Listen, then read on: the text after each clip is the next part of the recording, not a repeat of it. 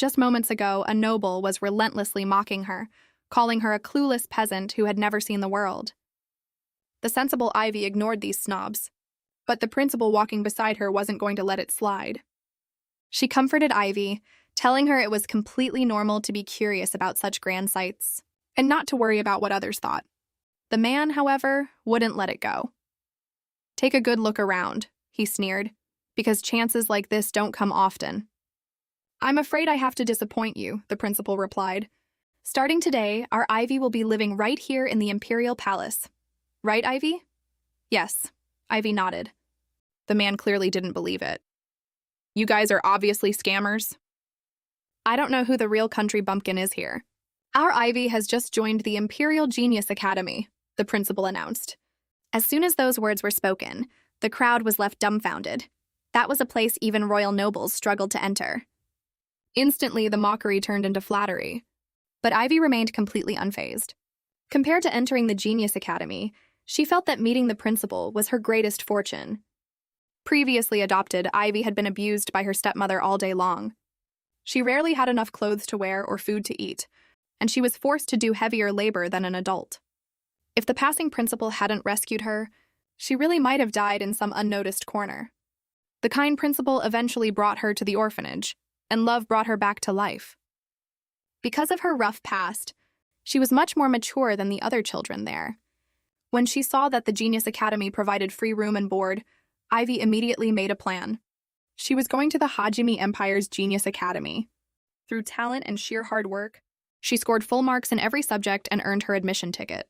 On opening day, parents were strictly prohibited from entering. This meant Ivy had to briefly part ways with the principal. Ivy, who should have been the one needing comfort, ended up comforting the principal instead. Seeing her strong demeanor, the principal's heart ached. But this separation was only for the sake of a better reunion next time. What Ivy didn't know was that her smooth entry into the Genius Academy was secretly backed by the Emperor.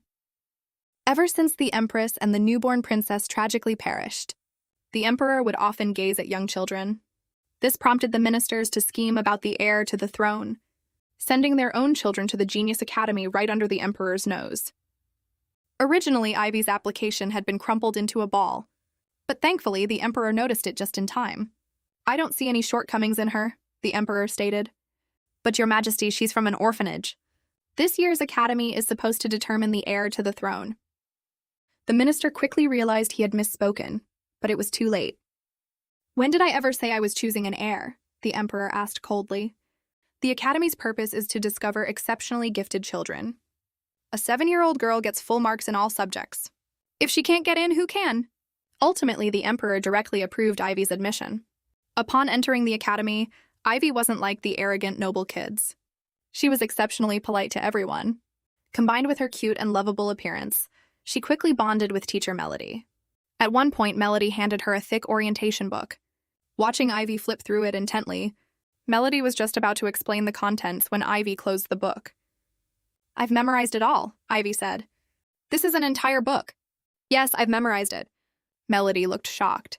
Even the geniuses in the academy probably couldn't reach this level. "You can keep this book for yourself then," she offered. "Really? Thank you so much." "If one book makes you this happy, you're going to have a lot of trouble later," Melody chuckled. Looking at the massive room, Ivy couldn't believe it was her dorm. This desk, this bed, they're so spacious. "I forgot to tell you, your roommate will be moving into the room across from you soon," Melody added. After touring the room, the next stop was the cafeteria. But a brown-haired boy locked his sights on Ivy.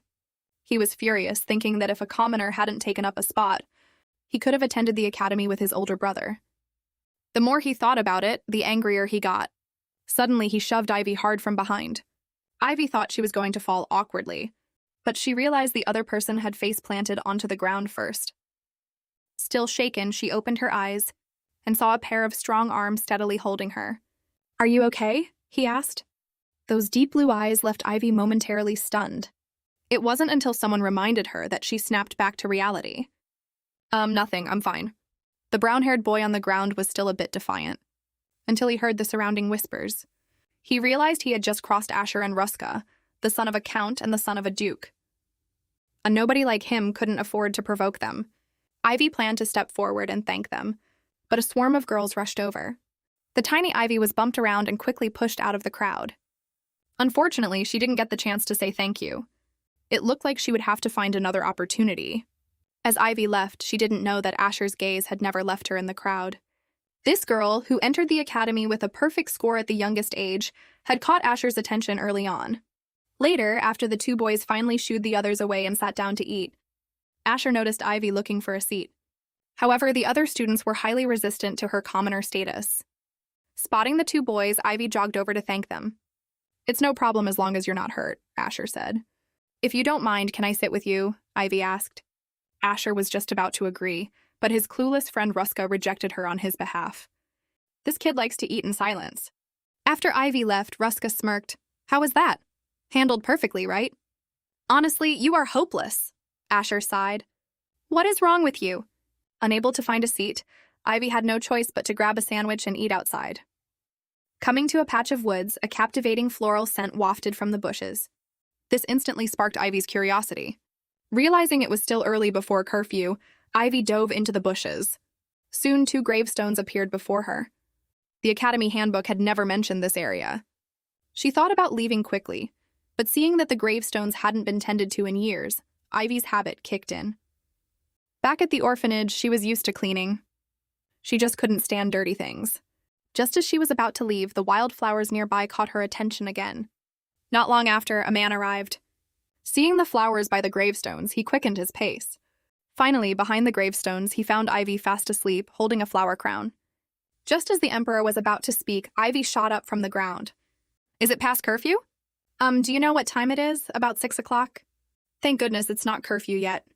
By the way, mister, who are you? Seeing that the child didn't recognize his identity as the Emperor, he lied and claimed to be a professor there. "I'm Sean." "Hello, Professor Sean, I'm Ivy." Looking at the child before him, the Emperor felt momentarily dazed. He had once discussed their future child's appearance with his wife, Liliana. She had said, "I think our child will have blonde hair and green eyes and will be exceptionally beautiful. If his child had grown up healthy, they would probably look just like this." But then he smiled in self-mockery. After all, he had personally buried that child. The Emperor snapped back to reality. "Why are you here?" "I was drawn by the scent of the flowers." "I'm sorry, am I not supposed to be in this area?" The Emperor sighed softly. "It's mainly that it's too dangerous for a child to wander around alone." "Thank you, I will definitely remember that." After thanking him, Ivy turned and crawled toward the bushes. "Professor Sean, please remember the name Ivy." Leaving those words behind, she disappeared into the brush, leaving the Emperor standing alone in the wind. When Ivy finally returned to her dorm panting, she suddenly realized her handkerchief was missing. She must have dropped it while wiping the gravestone. But on second thought, she could use finding the handkerchief as an excuse to visit that place again. Thinking about this, Ivy pushed open her dorm's main door. To her surprise, the room was packed with people. Seeing she was a commoner, the crowd didn't bother hiding their sarcastic remarks. But Ivy was already used to it. She looked up at a white-haired girl in the crowd. This was the prettiest person she had ever seen. The girl, named Erin, walked straight up to Ivy. Her expression was as cold as frost, making people afraid to look her in the eye. But little did they know, she had a completely different side. The seemingly aloof genius girl secretly had zero resistance to cute things. In her mind, she wanted nothing more than to scoop the adorable Ivy into her hands. However, their first encounter was far from pleasant. "Looking this frail, did they not feed you at the orphanage?" Erin asked coldly. Ivy might not care about insults directed at her, but she absolutely would not allow anyone to slander the principal. "The principal is the kindest person in the entire world. She would never do such a thing."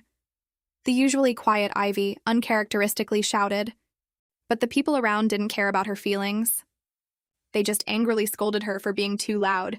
The insults and mockery came at her like sharp blades. No matter how strong Ivy was, it was hard to bear such verbal abuse. Suddenly, Erin raised her hand to silence them. "I want to go outside for some fresh air now." The malice previously dumped on Ivy almost instantly shifted into flattering echoes aimed at Erin. But as they left, someone intentionally bumped into Ivy. Poor Ivy could only endure it, looking aggrieved. Witnessing this, Erin lost the sharp edge she had while speaking. The observant Ivy even caught a glimpse of worry in her eyes. However, Ivy never let negative emotions carry over to the next day. Her beautiful school uniform swept away her gloom. Seeing it was almost time for class and there was no movement from Aaron's room across the hall, Ivy remembered that worried look and figured Aaron wasn't a bad person. So Ivy mustered her courage and knocked on her door. Suddenly, someone yelled from behind, "What are you doing here?" "Don't tell me you're waiting for Lady Aaron." No, I'm not. I advise you to drop the idea. Aaron is a noble among nobles. A commoner like you isn't fit to even see her."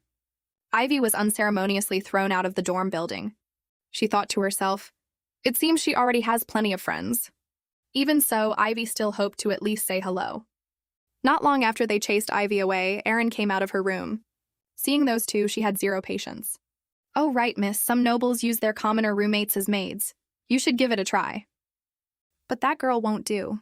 She was just sneaking around your door." Learning that these two had chased Ivy away, Erin's face turned completely dark. She barely held onto her last shred of reason, but her bone-chilling glare terrified the two girls. On the second day of school, as freshmen reported in, everyone was pairing up. Only Ivy was entirely alone. She even vaguely heard rumors about herself. Just then, a girl approached her proactively. "I'm Isley, can I walk with you?" Ivy couldn't have been happier. This was the first time since enrollment that someone had struck up a friendly conversation. "It's painful living among these nobles, right?" "I'm a commoner too, so I understand," Isley said. "Although you can't tell from your appearance," Ivy noted. "Not at all, I feel very close to you." "You don't look like a noble at all." "Really?" Isley then probed, "You're not the adopted daughter of some noble, are you?" Ivy clearly didn't know what she meant. "Stop pretending, I've seen through it. I heard His Majesty made an exception to admit you." "That's impossible, I don't even know what His Majesty looks like." Just as Isley was about to speak again, Asher and Ruska happened to walk by. The crowd was immediately drawn to them.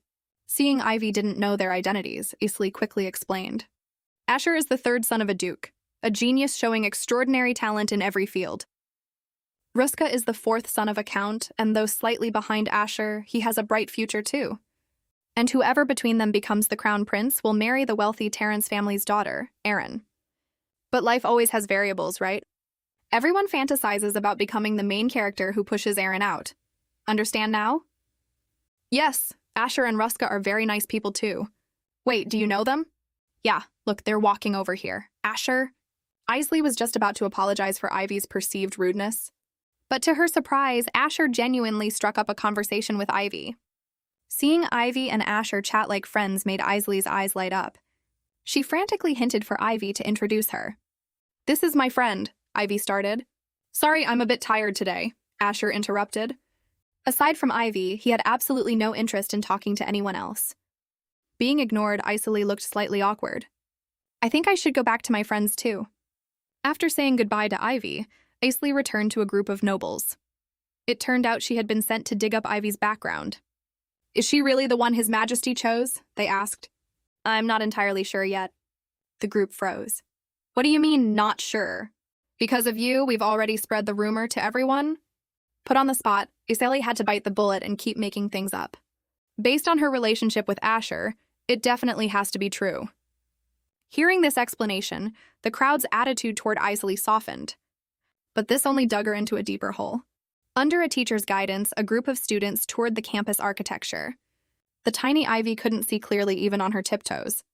But thankfully, she could hear the teacher's stories. The teacher explained that the grand architecture bore battle scars, because the emperor had redirected repair funds to public facilities outside. This reminded Ivy of the principal's words. The emperor had increased funding for the orphanage so they would have enough food for winter. Remembering that the emperor also helped her enroll, Ivy bowed deeply toward the imperial palace.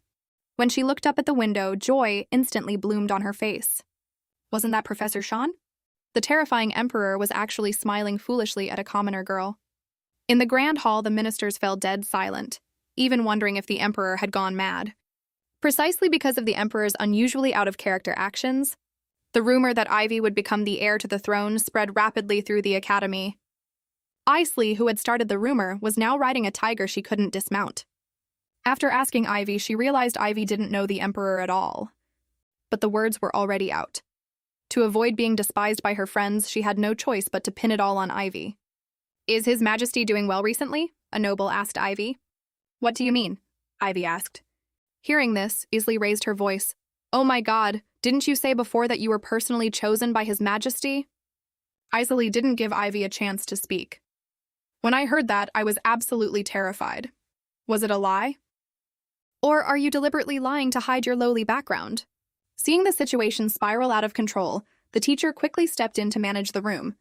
But a passing knight walked over just then. I just heard someone discussing His Majesty. Ignoring the context, he took the moral high ground and accused Ivy.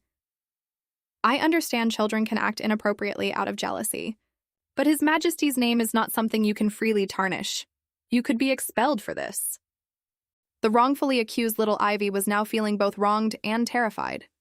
She hadn't done anything, yet she was being forced to bear a responsibility that wasn't hers.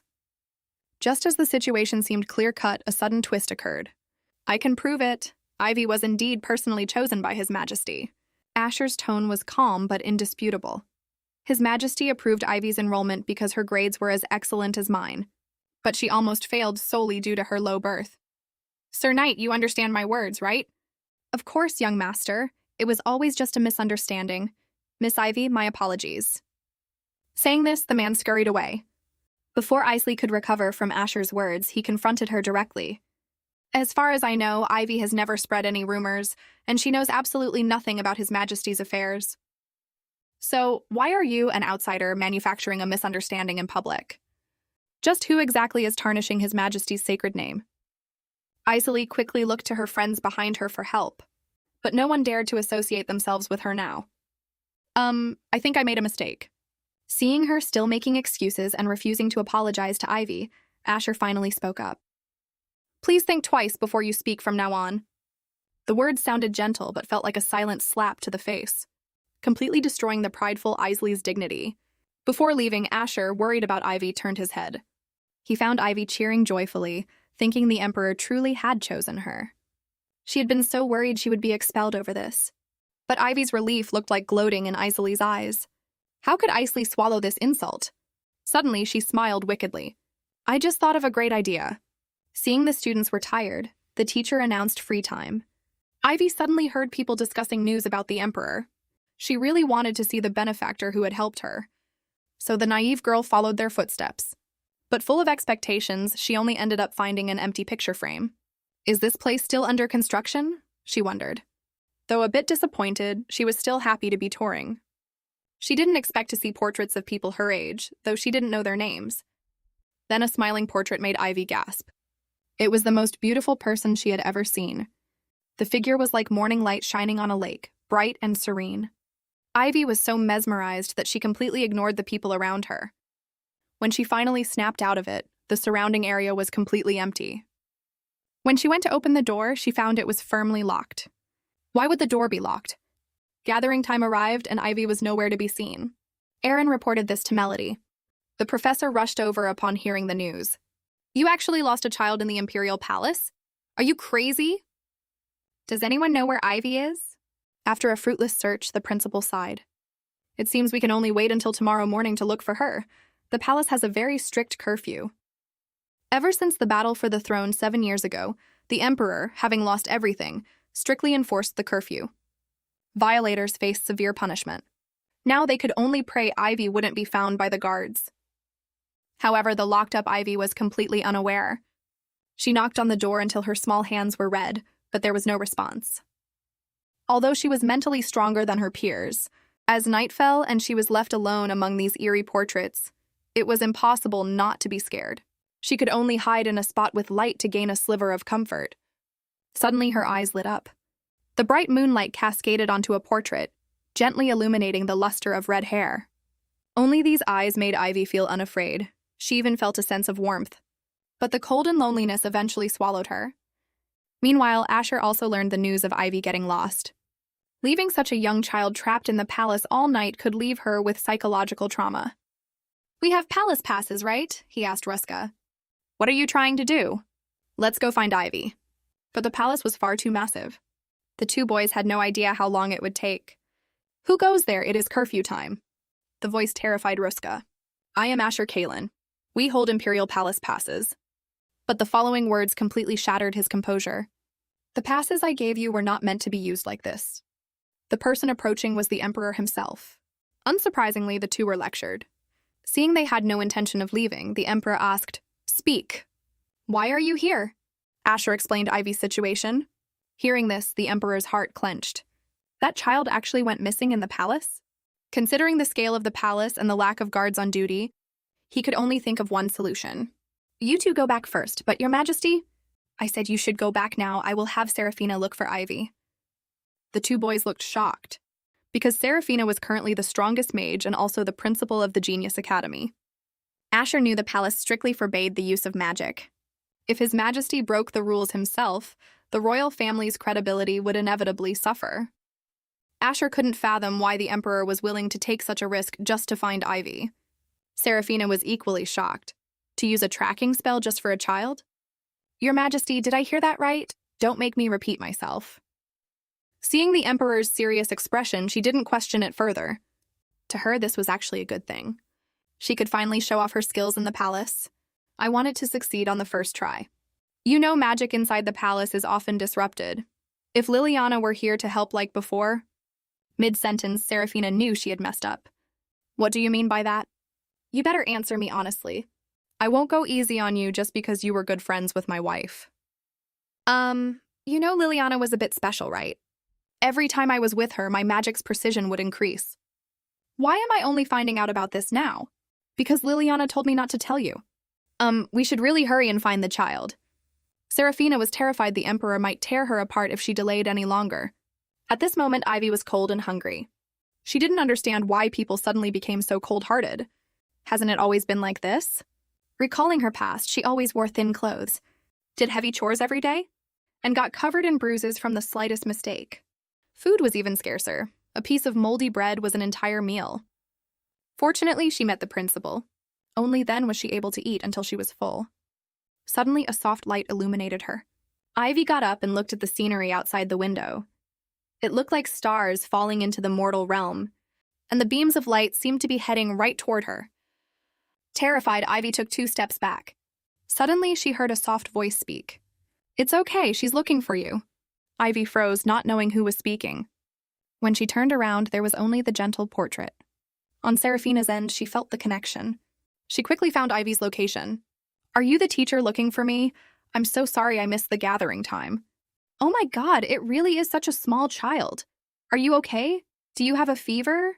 Why do you feel a bit cold?" "You're not getting sick, are you? Oh, by the way, have you ever thought about becoming a mage? I think we'd be a great match." This barrage of questions made Ivy's brain crash on the spot. The poor child was dumbfounded. "Let's go back to the academy first." As they left, Seraphina suddenly looked at the wall, a smile unconsciously forming on her lips.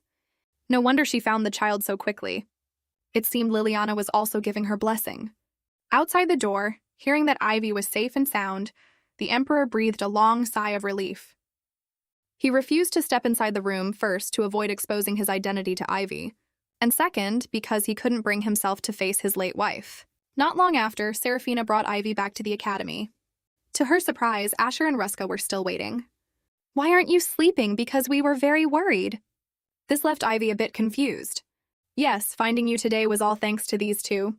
"Of course, and His Majesty..." Seraphina suddenly recalled the Emperor's warning and quickly corrected herself.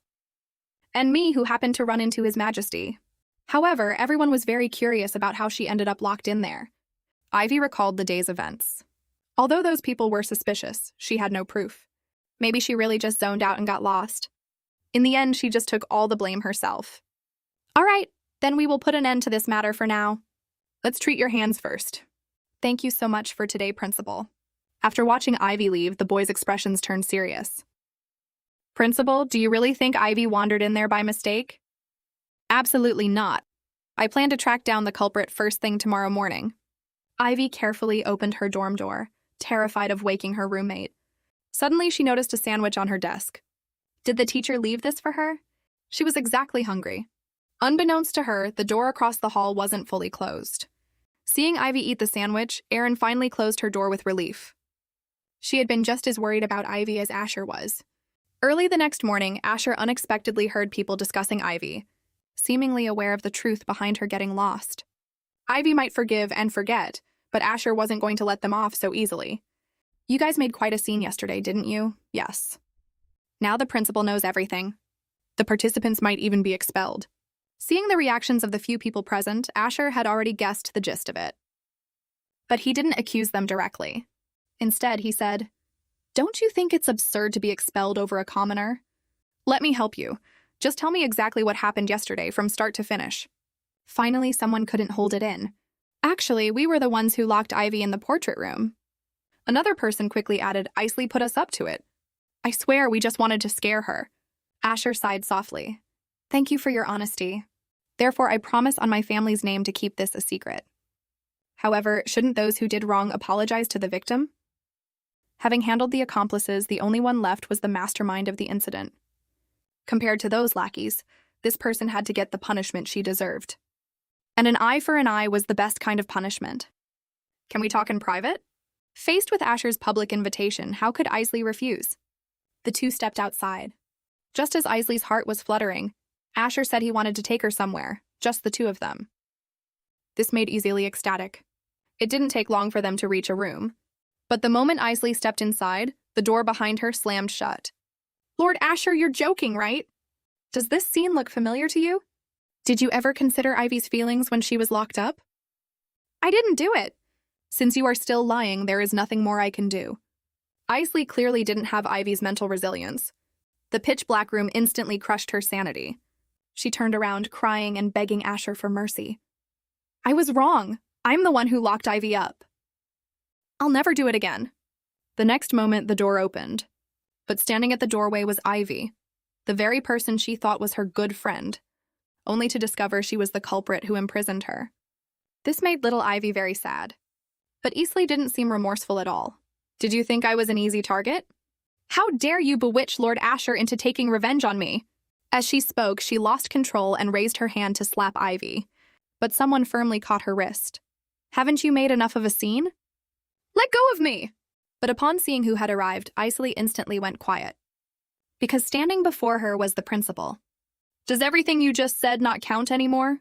the principal asked. This forced Isley to recall the moment she was locked up. Only after personally experiencing that despair did she truly understand. Moments later, she put on a look of repentance. "I was just blinded by jealousy. I only meant to play a prank on you. I didn't expect it to become such a big deal. Ivy, please forgive me. I promise I will never do this again." Ivy was kind, but she wasn't stupid. She interrupted the hypocritical apology. "I was locked in a cold, dark place, and it was all because of you. If the principal hadn't arrived in time, I might have been left with psychological trauma. And you knew you were wrong, but you refused to apologize for so long. The principal is absolutely right. This isn't just a simple mistake. And I definitely will not forgive you." The principal stepped forward to state her position. "It seems it's time to give you your punishment. From now on, you must sincerely apologize to Ivy every single day until she forgives you." "Are you kidding me? Making me apologize to her? I'd rather take a demerit. If you don't accept it, the punishment will be increased." In the end, Isley had no choice but to flee in frustration. The principal couldn't help but sigh. Will such a light punishment really teach her a lesson? Asher walked out as well. "Is your stance still the same? Not only forgiving the person who hurt you, but also asking us to keep it a secret from everyone else?" "Yes, I won't change. Because the director of the orphanage used to do the exact same thing." But after this incident, Ivy became quite famous in the academy. To avoid drawing attention, she had to move around quickly. As a result, she accidentally bumped into Isley again. Maybe the girl was here to apologize? Obviously not. Ivy didn't push it. As long as no one bullied her anymore, she was thanking her lucky stars. "Can I sit here?" "Of course." Ivy looked up and realized it was her roommate, Lady Erin. "Lady Erin, are you really willing to eat with me?" "Of course, we're roommates. We need to get along well from now on." These words completely shocked Ivy. "I'm sorry, I didn't mean to be so loud." However, seeing Ivy's flustered appearance and her pouting lips while eating made Erin's eyes shine. She's just too pitiful. It turned out that on enrollment day, Erin wasn't actually meant to be Ivy's roommate. She had just happened to pass by and noticed a super cute little dress. The reason Erin cared about this ordinary little dress was that she was born in the north. People there were generally tall and robust. At 10 years old, she already looked mature. Because of this, Northerners had a special fondness for short, young children. Being the youngest, Erin was spoiled rotten by her parents and got into fights every few days. But Erin was acting up for a reason. To give their daughter a better environment. Her parents had discussed it carefully and decided to send her to the Genius Academy. Erin didn't want to go, of course, but she knew as a family descendant, this was an arrangement she couldn't refuse. Thankfully, the trip wasn't in vain. In her eyes, this simply dressed but incredibly cute girl was like a soft, fluffy little chick. And the way she introduced herself so seriously, it was just too adorable. But Erin's expression management was top-notch. Seeing how thin Ivy was, she assumed Ivy had been severely bullied. It was just her blunt way of speaking that caused the misunderstanding between them. Ivy, I want to apologize to you. It was wrong of me to jump to conclusions about your orphanage last time. I'm truly sorry. Ivy didn't panic just because it was Erin apologizing. Actually, whenever I mention I'm from an orphanage, no matter who it is, they look at me with pity. It really hurts my heart, especially since the director always took such great care of me. Just as Erin thought she wouldn't be forgiven, Ivy changed her tune. But you are the first person to apologize to me for that. Thank you so much, Lady Erin. You prepared that sandwich yesterday too, right? How did you know? Because last night I learned from the teacher that you were also waiting for me and didn't sleep. After you went missing, I was very worried. After all, you're so petite and cute. I mean, no, that's not what I meant. By the way, can you just call me Erin from now on? Can I really do that? Of course, we're friends. Ivy really never expected this ice-cold Erin to have such a side to her. Just as the two were having a great conversation, Ruska and Asher suddenly walked over. Asher, let's eat here, all right. However, Ivy and Asher's closeness made Erin a bit annoyed, and she was completely dismissive of the red-haired boy's greeting. What's your name? Is there a need for a formal introduction just to eat? This made the atmosphere suddenly awkward. But the four of them gathering together attracted a lot of stares. In contrast, Isley seemed completely isolated. Her old friends were avoiding her. Seeing Ivy chatting with them made Isley even more jealous. Why does an orphan get to sit in the seat that should have been mine? To turn the tables, she planned to teach Ivy a lesson one more time. This time, she would make sure Ivy never forgot. But just as her imagination ran wild, she suddenly heard a soft gasp. It turned out two people were bullying Ivy, and the things they were saying were incredibly nasty. But Ivy stood up, completely expressionless. What an idiot. If it were me, I would have gone to the teacher to complain ages ago. Isley originally wanted to stay out of it, but the two bullies pushed their luck, even trying to snatch Ivy's backpack. How dare a commoner be so arrogant? Where does she get the nerve? As a fellow commoner, Isley recalled her own past actions, and a wave of shame washed over her. A peasant like you should just shut up. You even dare to get close to Lady Erin? Ivy Alden. Isley stood behind the crowd. So this is where you are. Lady Erin has been looking for you this whole time. Isley, who had previously framed little Ivy, actually stepped up when Ivy was being bullied. Of course, she didn't dare offend these nobles directly. Instead, she name-dropped Erin. With just a few words, she resolved the crisis for Ivy. Thank you, Isley. Don't thank me. I just saw that you were being hopelessly stupid. It's because you keep enduring it that these nobles push their luck. But Isley didn't know that to Ivy, this level of bullying was practically child's play. They are Erin's friends, after all. You really are an idiot. Anyway, be careful from now on. Watching Isley's retreating back, Ivy smiled knowingly. Maybe this was Isley's way of apologizing. In a good mood, Ivy returned to her dorm and saw course registration papers on her desk. She remembered she hadn't picked a math professor yet. I'll just pick the first one. Little did she know Professor Malice was notoriously bad-tempered in the academy. The next day, Ivy headed to the classroom full of anticipation. At first, she was smiling and chatting to herself, until she kept walking for dozens of minutes. It seemed it was farther than she imagined. When she finally reached her destination, the dilapidated state of the building dealt a heavy blow. The interior was no better. It's fine. The important part is the classroom. Looking at the crooked desks, is this really a place for classes? Then Ivy turned her head toward the blackboard. Applicants must solve 500 advanced math problems and submit them by the next class. Little Ivy didn't see this as intentional hazing. Instead, she thought this was the kind of test a genius academy should have. A burning fighting spirit instantly lit up the classroom. Meanwhile, a student accidentally bumped into someone. Looking up, it was Professor Malice. Watching the kids scramble away in panic, Malice looked annoyed. They never learn how to apologize, no matter the time. He expected the classroom to be empty again, but instead, he saw little Ivy sitting perfectly straight. She wasn't intimidated by his appearance at all. She even greeted him politely. "Are you the student here for class? Did you finish the assignment I gave?" I did solve them, but there's a problem I just can't figure out." "Then why are you here? Hurry back and change your course registration." But little Ivy refused to give up. "Didn't I tell you after class?" "Don't look at me like this, I'm actually very—" "But Professor, I really want to know the answer to this problem." Sure enough, faced with Ivy's ultimate cute attack, even the coldest person would soften. "I want to learn this formula, but I just can't figure it out." "If you don't even understand this part, how did you solve the previous ones?" Suddenly, Malice's eyes sharpened. Ivy had actually used an extremely concise method. It was so good it could be printed in a textbook. Ivy pulled Malice out of his daze. "Why can't you solve this one?" "Didn't you solve the previous ones? They used the exact same formula." As he spoke, he pulled out a chair. "I will make sure you clearly see your careless mistake." He picked up a piece of chalk. As he explained, Ivy took notes. The answer quickly appeared on the blackboard. "Professor, I completely understand now. You are amazing." "What's the big fuss?" "Thanks to you for opening my mind." Seeing such a sensible child, Malice revealed a rare smile. "It's getting late." Hearing this, Ivy misunderstood his meaning. "Sorry to bother you. I'll go process the course change right now." "You don't need to do that. I said there's no need for you to drop the course. We will officially start next time." Saying this, he heavily closed the door. It took Ivy a moment to snap back to reality. The professor agreed to take me as a student. Soon, the time for the next class arrived. Malice slightly regretted his hasty decision, knowing kids didn't like him. However, opening the classroom door completely stunned him. "Good morning, Professor. Did you clean this classroom?" "Yes, too much dust affects learning." This instantly changed Malice's impression of Ivy. He thought she was just an ordinary child, but he didn't expect her to respect his course this much.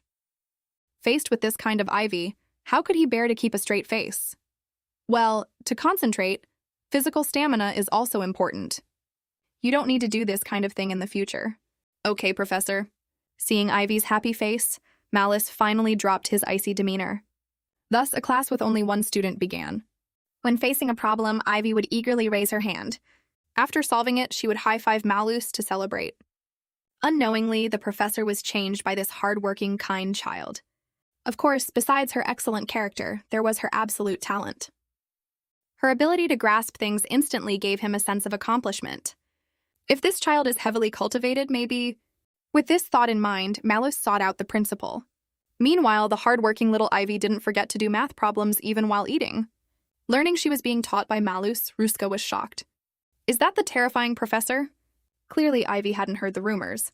"I heard he assigns a ton of homework and is very strict, plus Malice doesn't care about his students. It makes it hard to get recommendations or build connections after graduation." But this was completely different from the professor Ivy knew. His explanations are amazing, and learning with him is very fun. Thanks to the professor, I've already studied 2 chapters ahead. Hearing this, Asher felt like he was facing a formidable enemy. Did Ivy choose Malice just to get ahead of everyone else? I was so short-sighted to give up just because of some rumors. I suddenly want to try Professor Malice's class too. Are you okay? Then what about me? Figure it out yourself. Now the problem was tossed to Aaron. If those two both went to take classes with Ivy, Ivy would eventually grow closer to them and drift away from her. She absolutely could not accept this. I'm going to check it out too, okay? Little Ivy didn't know their intentions. She just knew 3 good friends were joining her. On Malice's end, he hummed a little tune on his way to the classroom, thinking he had assigned a bit too much homework and would reduce it today. If Ivy sees I brought snacks, who knows how happy she'll be? But the moment he opened the door, his mood instantly shattered. "You little punks, who dares to barge into my classroom?" But when dealing with Ivy, he was like a grandpa seeing his granddaughter. Watching the face-changing Master Malice, the 3 of them silently shivered. We are Ivy's friends. We noticed she got dark circles from being so tired these past few days and couldn't bear it. So we decided to come keep her company. What does that mean? We've already submitted our course applications. But Malice was rather disdainful. I only teach advanced mathematics. Can you keep up with me? How about this? I'll give you a problem. If you solve it, I'll allow you to attend the class. The time limit is 15 minutes. And this problem was far trickier than the ones Ivy faced. In just 2 minutes, Asher stood up and handed in his paper. This greatly shocked the other 2. Malice looked it over and couldn't find a single flaw, as expected of the Duke's son. Professor, I look forward to studying with you. After 8 minutes, Ruska also successfully solved it. The teacher looked carefully, somewhat surprised. How did you do this? To actually think of using this formula? Hey, teacher, am I a genius? This made Malice swallow the praise he was about to give. Enough, you temporarily passed too. With less than 5 minutes left, Ivy was still worried about Aaron. But seeing Aaron's calm and composed beauty, she thought it definitely wouldn't be a problem. What Ivy didn't know was that at this moment, Aaron was sweating buckets. What do I do? What do I do? Why is this problem so hard? She was using her last shred of reason just to maintain her elegance. Watching the time slip away, was Aaron really going to miss out on the class? Then she remembered her former teacher. Teacher, what if I can't even understand the question? You have already learned all the formulas, but I don't know which one to use. This is where your talent comes into play. Run every formula through your mind once. This instantly gave Aaron a sense of direction. She no longer worried about the test and began recalling formulas one by one in her mind. Failing isn't embarrassing. What's embarrassing is not even having the courage to try. With only seconds left, she finally handed her paper to the teacher. The answer was correct. The test was over. The three of them had passed the test without any real danger. But Aaron's paper still surprised the professor a bit. To use so many formulas in such a short time reflected the child's extraordinary abilities. It seems these 4 students are all rare geniuses. Since it's you guys, fine. Just don't bring anyone else in the future. I really can't stand it. However, passing the test was only the first hurdle. A mountain of homework was the far more severe test. Can you be quiet? Your grades are worse than mine. How do you have the nerve to speak? This made the humiliated Aaron want to strike out. I finished it all. What do you mean by that? Did you really finish it all? Yes, thanks to the professor's patient guidance. Just as Asher was feeling deeply defeated, Ivy's stomach grumbled. The previously dull atmosphere instantly livened up. The gathering of several of the Academy's top geniuses drew frequent stares from passers-by. But in Aaron's eyes, there was only little Ivy. I notice you always eat sandwiches. Why is that? To be honest, I don't recognize anything else on the menu. Just then, Ruska walked over carrying food. The rich variety made little Ivy's mouth water. Aaron then suggested, since you don't know the names of the dishes, why not get a little bit of everything? But I have leftovers. Don't worry about that, those two will figure out a way to deal with it. A dazzling array of dishes soon covered the dining table. Little Ivy had never seen anything like this on an ordinary day. Everyone eagerly recommended their favorite foods. Ivy finally chose Aaron's thick soup.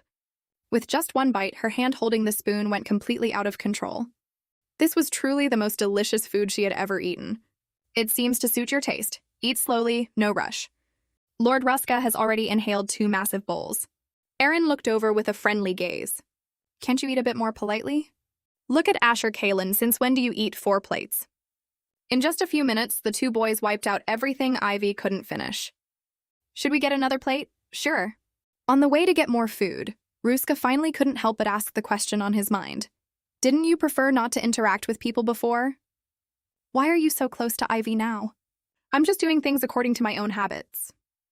Actually, I know why you care so much about Ivy. Asher didn't say anything, turning his head to look at Ivy sitting at the table. Her appearance closely resembled someone he had seen in the past. That was one of the few, yet profoundly deep memories his younger self had left for him. Asher valued Ivy so much not out of pity, but because she looked like the deceased crown princess. They both possessed eyes that could embrace everything. And the first time he met that gaze was at the crown prince's wedding. At 5 years old, Asher was already bearing the weight of his family's expectations, entirely different from Ruska, who only knew how to play. However, the young boy couldn't help but be curious. Rumor has it the crown prince married a maid. Father, is this true? The Duke said nothing regarding the question. The silence only piqued Asher's interest further. Right then, he saw Ruska run excitedly into the woods. It's too boring here. Do you want to go together? Strictly adhering to teachings, Asher had long heard the forest was dangerous. If you're not going, I'll go by myself. Asher was just about to stop him when a figure in red stood before them. She asked softly, Are you the children Chloe mentioned? I'm going to pick apples right now. Do you want to come with me? Asher turned pale with fright. Could she be the rumored witch who hides deep in the jungle conducting terrible experiments? To avoid becoming a test subject, Asher decisively refused and ran away. I was just getting bored anyway, Asher whispered a warning. But Ruska was already swept away by the thrill of adventure. This idiot actually went with a witch just for some apples? Asher didn't want to get involved. But remembering his father's instructions to maintain good relationships, he had no choice but to secretly follow. Unexpectedly, in a moment of inattention, he fell into a deep pit several meters deep. Fortunately, Ruska looked back and found him. And the person he thought was a witch, seeing the situation, didn't hesitate for a second and leaped into the pit. Is she going to use this chance to grab me? The young Asher panicked. I'm warning you, I am the son of a duke. Yet the other person acted as if she didn't hear him and reached her hand toward him. A beam of golden light suddenly shone. Looking closely, it turned out she was healing him. As the magic gently brushed over him, the wound instantly closed. See, all better. But Asher still didn't drop his guard. What do you want? What does this mean? You healed me because you're plotting something, or did you save me for your family's reputation? A flick to the forehead snapped away his wild thoughts. You know, you're just as weird as Ruska. If someone helps you, the first thing you should say is thank you. A smile traced the corners of Asher's mouth as he reminisced. Yes, Liliana was always like that. Even though he never saw her again after that, he could often recall her face. It was Liliana's appearance that taught this palace, built on interests and schemes, its first lesson in gentleness. A sudden noise snapped Asher back to reality. Sorry, I accidentally dropped my fork. I'll go get you a new one. I'll go with you. On the way, Ivy finally couldn't hold back her doubts. Why are you so nice to me? Looking at the curious Ivy, he didn't know how to answer either. Because he had asked Liliana the exact same question. Even though we believed the rumors and called you a witch? What do you mean we? I never said that. The sight of them passing the blame made Liliana laugh uncontrollably. I believe that one day, you will become very important people to my child. You'll spend a lot of happy times together, play together, grow together. That's probably my goal. So please be my child's friends. Seeing Asher delaying his answer, Ivy quickly tried to change the subject. But after thinking for a moment, he spoke.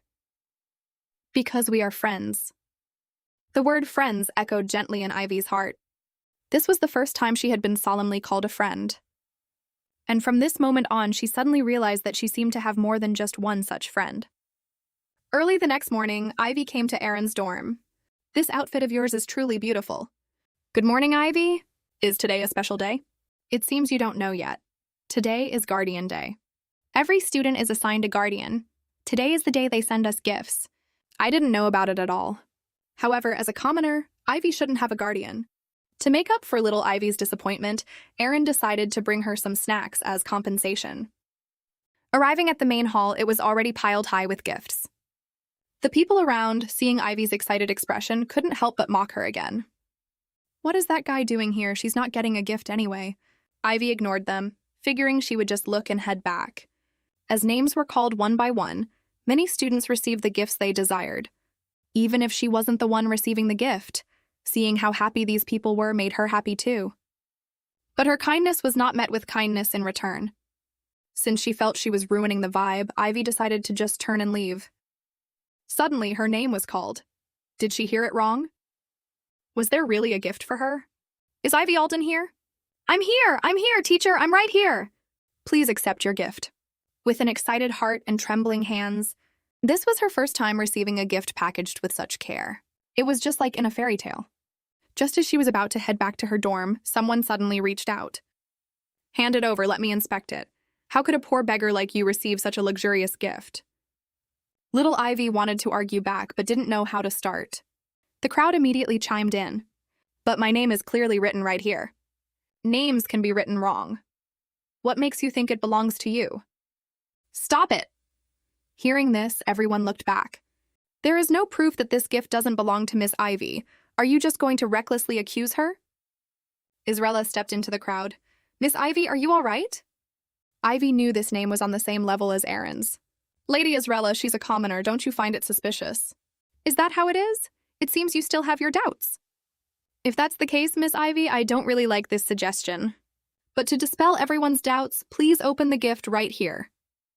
Ivy had planned to carefully open it back at her dorm so she could save the wrapping paper.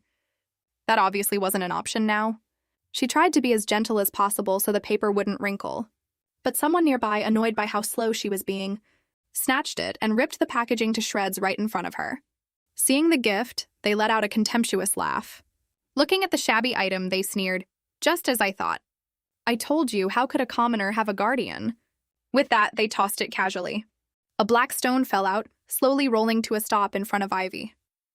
Seeing this, the crowd's mockery grew even more rampant, and Israella, who had just stood up for Ivy, now put on a hypocritical face. "Miss Ivy, are you all right?" But as she said it, the mockery on her face was no longer hidden. Seeing this, the color drained from Ivy's face. This Israella, who had just helped her, was actually the one laughing the loudest in the crowd. The overwhelming voices seemed ready to swallow her whole. Looking at the dark stone before her, Ivy didn't feel ashamed of it. Even if this stone is insignificant in the eyes of others, to me, this is a precious gift from my guardian. While she was speaking, the stone in her hand suddenly burst into a dazzling light. Someone knowledgeable recognized that this was no ordinary rock, but a magic stone containing immense power, something even the royal family would fight over. A commoner girl receiving a gift for the first time had just shocked a crowd of nobles. The broken stone they were laughing at a second ago was actually an extremely rare magic stone. Even a piece the size of a fingernail was enough to make royals and nobles offer mountains of gold. The people who had mocked Ivy changed their tune in a second, rushing forward to beg for a chance to touch it. Before little Ivy could adjust to this sudden shift, Israella laughed coldly. The crowd looked at her in confusion. "Sorry, this is just too funny. Actually, I saw through it at first glance. This is a fake magic stone." As everyone knows, scammers in the market make fake magic stones to sell. And this piece in our commoner Miss Ivy's hand is clearly a laughable forgery. Hearing this, the others realized what she meant. Flattery turned back into ridicule. But regardless of its value, Ivy cherished this gift immensely. Suddenly, a voice echoed. Aaron appeared in the crowd with a dark expression. The two locked eyes, clashing intensely. The battle began right there. As the star of the Genius Academy, getting crowned with various titles was a daily routine for Israella, until Aaron showed up and took half her spotlight. Initially, Israella had approached with a friendly attitude, offering a carefully prepared gift for Aaron. But she had this superior attitude, calling other people's gifts to Aaron garbage and casually belittling their intentions. Aaron couldn't accept that. So when Israella eagerly showed off her shoes, Aaron looked completely unimpressed. "I had those shoes 3 months ago. Your style is already outdated where we're from. Compared to this, I care more about other gifts." As soon as she said that, Israella was instantly made to look like a clown. That was the first time she felt such deep humiliation, and Aaron's arrogant attitude made her hold a grudge to this day. So she wasn't just trying to cause trouble for Ivy, she simply wanted to embarrass Aaron. "That best friend of yours seems to be showing off a fake magic stone everywhere." "You say it's fake?" Lady Aaron might not know this, but the market has been flooded with fake magic stones lately. How could a lowly commoner like her have a real one? It seems the truly ignorant person here is you. "What do you mean by that?" "I'm afraid you've forgotten. I am a member of the Terrence family. My family not only controls the majority of magic stones in the auctions, but I've also received comprehensive training in them since I was a child." Saying this, she solemnly placed a hand over her heart. "I swear on my family's name. The stone Ivy is holding is a genuine magic stone. If you have nothing else to say, please step aside." Aaron daring to swear on her family's name left Israella completely unable to retort. In just a few days, she had been slapped in the face by Aaron twice. But just as she was wallowing in the embarrassment of being humiliated, she unexpectedly caught sight of the worried look on Aaron's face. It seems the key to revenge is this commoner. Meanwhile, inside the imperial palace, the emperor's brush strokes faltered slightly. Then he turned his head with a look of anticipation. "I wonder if she likes that gift." It turned out that right before the school term started, a subordinate reported to the emperor that Ivy had no guardian. Since she had no background and was an orphan, the subordinate fabricated a guardian, a low-ranking baron appointed as Professor Sean at the academy before the war. But the last time he unexpectedly ran into little Ivy, he used that name in a panic. Ultimately, he ended up becoming Ivy's guardian. The emperor was quite conflicted when it came to sending gifts. Among many options, he picked a magic stone, hoping it would light the way for this child walking in the darkness. Even though the wrapping paper was torn, Ivy still picked it up. Aaron was a bit puzzled by this.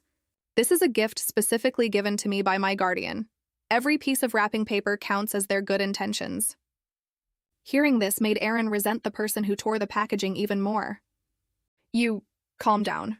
I was a bit sad earlier, but I'm fine now. The joy of the gift had long overshadowed the trivial negative emotions. By the way, Aaron, why did you come back so early? Oh, that's because I realized I forgot my hat right after I got in the carriage. It was a coincidence I saw you being bullied. My poor little Ivy, aren't you scared being alone? How about we spend the whole day together, of course. But thanks to you for backing me up, even if this is fake, I'm very happy. What do you mean fake? Our family's principle is to never lie about items. That isn't some knockoff you can find anywhere on the market. It's a priceless magic stone. Little Ivy had no concept of the word priceless. Roughly speaking, it was worth around 10 million gold coins. What? It seems your guardian must value you immensely. Isn't this valuing me a bit too much? Right now, she was holding the equivalent of a building in her hand.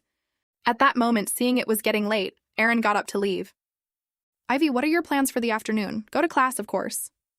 Hey, there are no classes today because of Guardian Day. Oh. How about this, Ivy? You just get a good sleep in your room today. Make up for all those late nights you pulled. Suddenly, Aaron noticed something. Is there something on the back of your hand?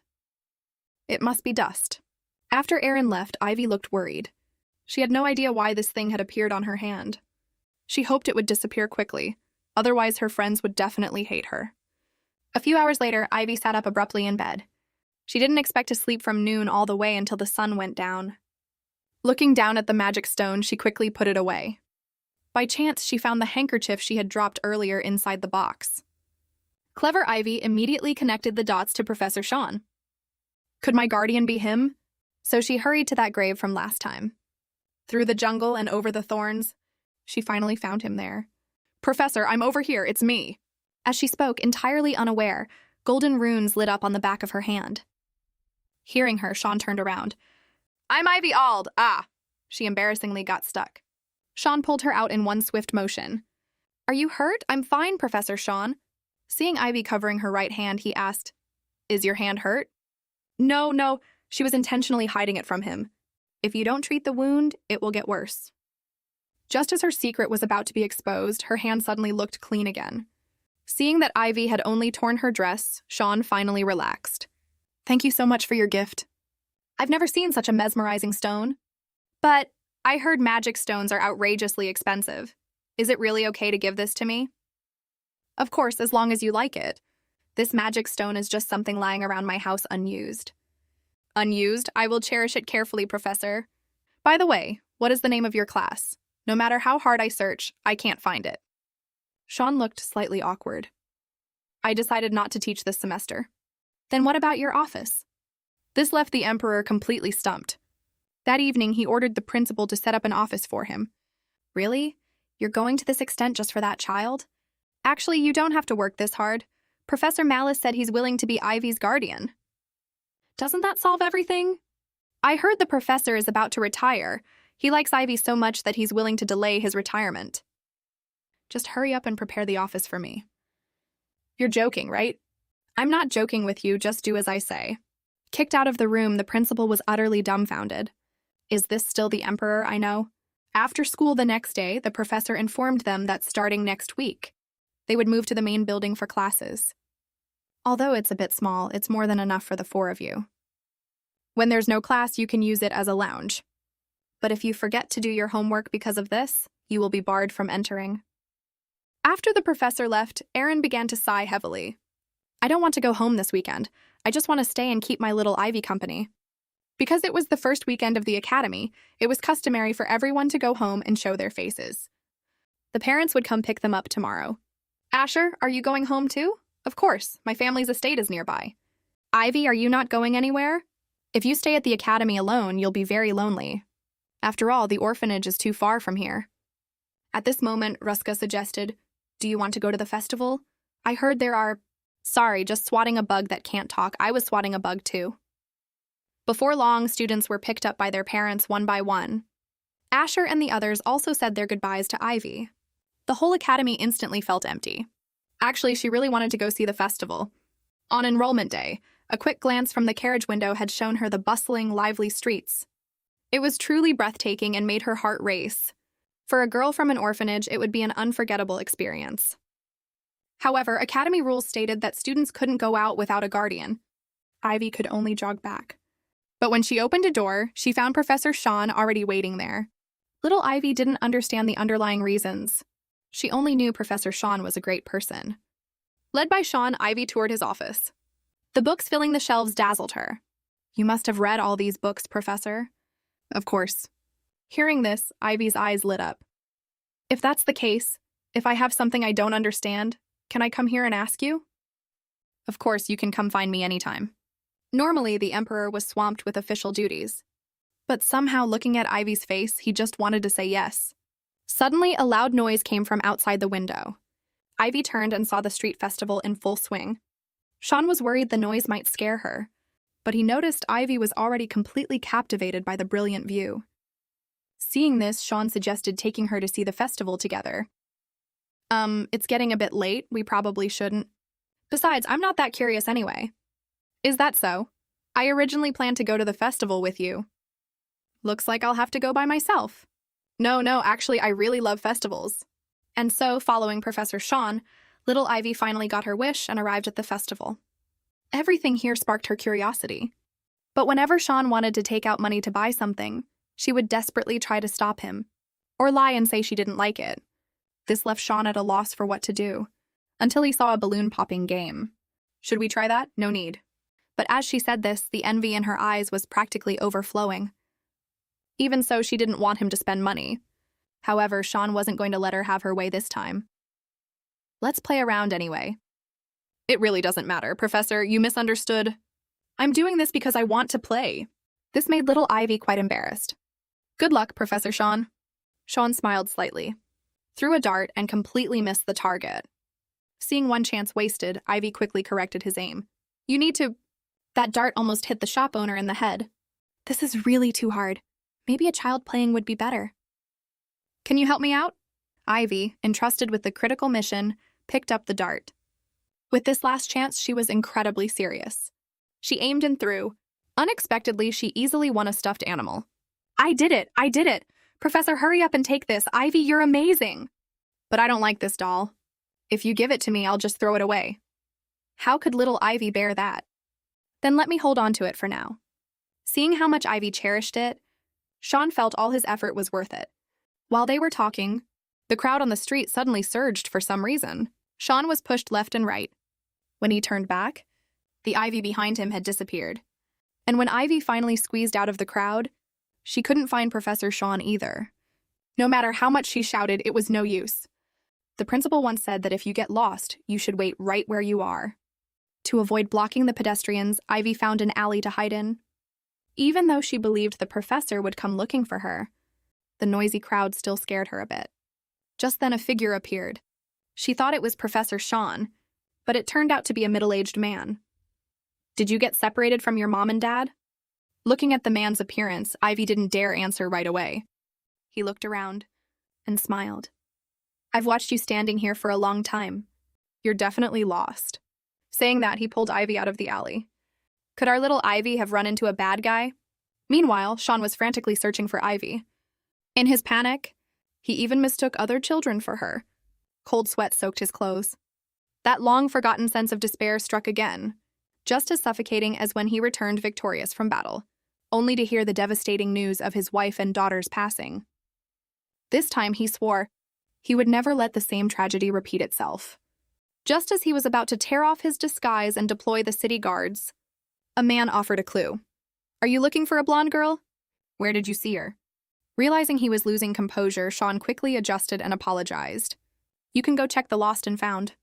But I hear kidnappers are running rampant lately. You better hurry." Sean hastily thanked him and sprinted off. This deeply annoyed an old woman nearby. "Don't hold it against him. Losing a child makes anyone anxious." "By the way, how did you know he was looking for a child?" The anxiety written all over his face made it obvious. Plus, that lost girl looked so much like him. Fortunately, the man Ivy encountered was a kind-hearted soul. But this made her feel incredibly guilty for judging a book by its cover. At the lost and found, parents constantly rushed in, panicking, and children were picked up one by one. But Professor Sean was nowhere to be seen. The disappointed Ivy started overthinking. Maybe it's too late. The professor might have gone back already. She was familiar with the way to the academy anyway. With that thought, Ivy stood up. Not long after, Sean arrived, panting heavily. Are you here to pick up a child? Yes, her name is Ivy Alden. She was just taken away by someone. This sent Sean into a furious rage. Don't you check identities? Who exactly took Ivy away? Before he could finish, Ivy and the kind man from earlier appeared in the doorway. Ivy was very surprised. She didn't expect Professor Sean to actually come looking for her. Before she could react, Sean rushed forward and pulled her into his arms. Ivy tried to say something, but she heard Professor Sean's trembling voice. I'm sorry, I'm late. She never imagined a day would come when everyone would envy her. It turned out that as soon as they left the Lost and Found, Sean unexpectedly heard Ivy's stomach growl. Ivy, didn't you just say you weren't hungry? I'm a little hungry now. Before she finished, she was scooped up. In that case, let's go. I'll buy you lots of delicious food. Having just experienced the terror of almost losing her, Sean opted for revenge spending. This time, no matter how much Ivy refused, it was useless. He didn't stop until she literally couldn't hold anymore. She usually never had the chance to eat such delicacies. After clearing out the food, Sean brought her to the riverside. The final event of the night was about to take place here. Before Sean could finish his sentence, Ivy abruptly turned her head. Countless paper lanterns were released into the starry sky, lighting up the dark curtain of the night bit by bit. Every faint light carried a solemn, entrusted wish. One day, they would quietly land in some unseen place. Seeing Ivy fall peacefully asleep in his arms, Sean decided to end their outing for the day. But an old woman suddenly stopped him. Your daughter must be very tired, right? Yes. The old woman adjusted her glasses. Are you missing something? How about the type of hair clip every child is wearing these days? It's the most popular accessory right now. Want me to pick one out for you? Sean was exceptionally interested in this. The blue one is a bestseller recently, because the main character of a popular fairy tale wears it. Then the blue one it is. Just as the old woman thought she had made another sale, she heard Sean say, No need, I've already packed it up. What I mean is, give me all of them. The next day, looking at the stuffed animal in her hands, Ivy finally remembered falling asleep at the festival. A green gift box caught her eye. Opening it, there were 17 different colored hair clips inside. Are all of these really for me? But on second thought, Professor Sean probably wouldn't wear these. It made sense they were bought for her. A thank you letter was definitely in order. Voices outside the window drew Ivy's attention. It turned out Aaron and the others had returned to the school. Aaron was still looking annoyed, bickering with Ruska. Suddenly, Ivy appeared and threw herself into Aaron's arms. I'm so happy to see you. But weren't you supposed to come back tomorrow? The three of them spoke at the exact same time. I thought we could go to the festival together. You guys, why are you copying me? I clearly spoke first. The familiar bickering had returned. Meanwhile, at another location, knights stood in strict formation. The commander looked grimly at a report. I think we found him. Hearing this, the emperor walked in from outside. He looked cold and stern. The person might still be nearby. Search this area thoroughly. If you find him, deal with him permanently. The reason the emperor hated this person so much was that he had caused the deaths of his wife and daughter. Back then, before the battle for the throne, as the crown prince, he had clearly stated he would renounce his claim to the throne and chose to live in Liliana's territory. Everything was supposed to be peaceful, but that man refused to let it go. The reason you've been banished to the countryside now is because you didn't let me be your advisor. Do you understand now, Crown Prince Chloe? If it were me, I have the confidence to mold you into the emperor. You can't do it alone. You seem to misunderstand me. I never wanted to be the emperor from the start. I have absolutely no interest in it. If he had just executed that ambitious man back then, perhaps the ensuing series of tragedies wouldn't have happened. Liliana and the child wouldn't have died. But it was too late for that now. On the way back, a subordinate brought a letter sent by the principal. Hearing this, the emperor snatched it away. Looking at the cute little chick drawing, it was obviously written by Ivy to him. Dear Professor Sean, hello, thank you so much for the hair clip gift. Lately, I've been happily agonizing over which one to wear every day. Bingo! I have a favor to ask. I've encountered some difficulties in my studies recently. If it's convenient, could I ask Professor Sean for advice? The letter ended with a hand-waving emoji. This instantly energized the previously depressed emperor. I'm picking up the pace, keep up. Ever since returning from the festival last time, Ivy couldn't find Professor Sean whenever she looked for him. The principal told her he was away on a business trip. So Ivy turned his office into her study base. As for why there were so many things there, Ivy wasn't entirely sure either. She only knew that every time she visited the professor's office, there would be something new. It seems during the time the professor has been away, he's been silently watching over me too. But today, there was a gift box that was different from the stuffed animals. It had a key and a lock attached, likely the recently popular secret gift. Ivy immediately knew what she wanted to put inside. After classes ended for the day, and the classroom emptied out, little Ivy prepared to take out the gift box. Suddenly, a voice rang out. "What are you doing here?" "Hello, Lady Israella. Skip the greetings." "I asked what you're doing here." Seeing Ivy stammering, Israella smiled wickedly. "Could it be that in your bag?" "Ivy, so this is where you are. I found the book you've been looking for." Ruska walked in, then whispered, "Don't worry, I'll help you." "Lady Israella, what were you trying to say?" "Please go on." When she hesitated to speak, Ruska asked pointedly, "Is it because I'm here?" "Whatever, it wasn't anything important anyway." Watching her leave, Ruska felt a chill. She's truly terrifying. "Thank you so much, Lord Ruska. No need to be polite with me. That being said, if there's anything I can help with, please let me know anytime." "Now that you mention it, there actually is one thing I need your help with." "Of course, anything, except smacking the back of Asher's head or setting traps in Professor Malice's classroom, okay? What kind of person do you think I am?" Having Ivy, the Emperor was becoming increasingly neglectful of his duties.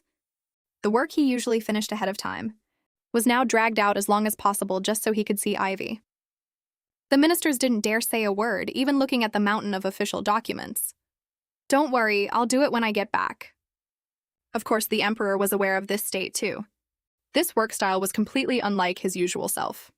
Just as he was feeling frustrated, he suddenly stopped in front of the woods. His expression tightened, and the documents in his hand fell to the ground. The Emperor realized he had forgotten the most important thing. How long has it been since I visited my wife and daughter? Lately, he had been swamped looking for that man's whereabouts. But usually, no matter how busy he was, he visited every 3 days. This time, he had delayed for 2 whole weeks. Reason told him he shouldn't hesitate for a moment and should immediately go see them. But his promise to Ivy caused a rare pause. The child's face became increasingly clear in his mind. Her expressions, her bright smile, gave him the illusion that something he had long lost was quietly overlapping with her. But the Emperor muttered to himself, "What are you thinking? What could be more important than seeing your wife and daughter?" Yet his feet refused to move forward because of Ivy. Ultimately, he took a deep look into the depths of the jungle, down the dark path leading to the cemetery. Then he turned and picked up the scattered documents. "I'm sorry, Liliana. Please wait a little longer. If you met that child, I'm sure you would understand me too." "Ivy, sorry to keep you waiting. You weren't bored, were you?" "Not at all, Professor Sean. I was busy preparing this and that, so I wasn't bored at all." First up was the book they were going to study today. Second was the tea prepared in case the professor got thirsty, and snacks in case he got hungry. It seemed Ivy had been looking forward to this for a long time. Thankfully, he didn't let her down. "Then let's start class immediately." "Okay, Professor Sean." But as he taught, Ivy noticed something was wrong. "Professor, are you tired?" "Why do you ask?" Ivy raised her small hand close to Sean. "Because the bags under your eyes look terrifying, and your eyes are a bit red too." These words struck the Emperor's heart like a hammer. He thought he had perfectly hidden himself like usual. As the Emperor, he had to maintain his majesty at all times to intimidate his ministers, and naturally couldn't show a hint of fatigue. But this carefully maintained facade was easily seen through by a child. He actually had moments where he let his guard down too. Professor, I'm sorry, please forgive my rudeness." "It's fine. On the contrary, I should thank you for worrying about me." It wasn't until the academy bell rang that they realized it was very late. "Well, let's stop here for today." "All right, Professor Sean." "By the way, did I really help you?" "Of course, Professor. But I feel like my explanations were a bit obscure and hard to understand." "Just a little bit." Hearing this, the Emperor was fired up again, determined to put more effort into this. Although his teaching wasn't the easiest to grasp, Ivy followed along perfectly, even drawing inferences from his examples. When Serafina called her a genius initially, he thought it was an exaggeration. At this rate, she'd be better than him, her professor, in no time. It's getting late. Let me walk you back to your dorm. To avoid exposing his identity, the emperor only walked her near the dorms, thinking no one would recognize him this way. But suddenly he turned around. Who's there? Who's there? After a lot of rustling, a rabbit hopped out. It was just a bunny. Seeing this, the emperor breathed a long sigh of relief. Oh, right, I have something for you. These are some materials I compiled.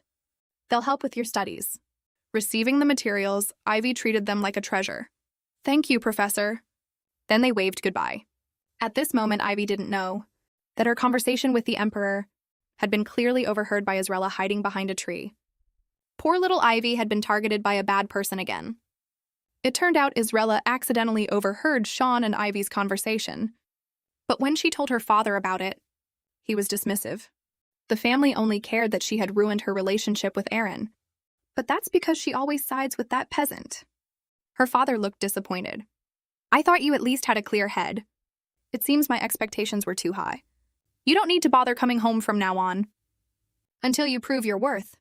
Don't let me see your face. How could the usually arrogant Israela take this? From childhood, she was the definition of perfection, unique within her family. When had she ever suffered such humiliation? Just then, her brother's voice came from behind. You really have become arrogant since entering the academy. If you're here to mock me, then please leave. Her brother closed the door. I'm here to help you. I heard a commoner obtained a magic stone, right? Learning that the magic stone in Ivy's hand was worth 10 million gold coins, her brother also became curious about the identity of Ivy's guardian. Israela, I vaguely heard her call him Professor Sean back then. Professor Sean? If I remember correctly, her brother trailed off and stood up to leave, specifically instructing her, in the meantime, please keep a close eye on that child named Ivy. A few days later, looking at the information her brother had gathered, Israela found it hard to believe. The so-called Professor Sean was actually a 70-year-old man, and because of an illness, he had gone home a long time ago. The age clearly didn't match. This meant Ivy had a dark secret. She had finally found some dirt on this lowly peasant. She couldn't do anything to Aaron, but getting a peasant expelled was easy. Ivy suddenly felt a chill. She was currently standing in front of the teaching building, where she first met Professor Malus. This was all because of an invitation from Ruska, who specifically asked her not to tell anyone else. Although she didn't know why, keeping her promise, little Ivy came alone. Pushing open the door to the dilapidated classroom, she asked, Lord Ruska, are you not here yet? I'm here. Lord Ruska, you scared me.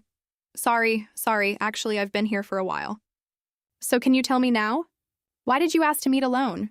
Ruska, blushing and stammering, asked, Can you promise to listen seriously and not laugh?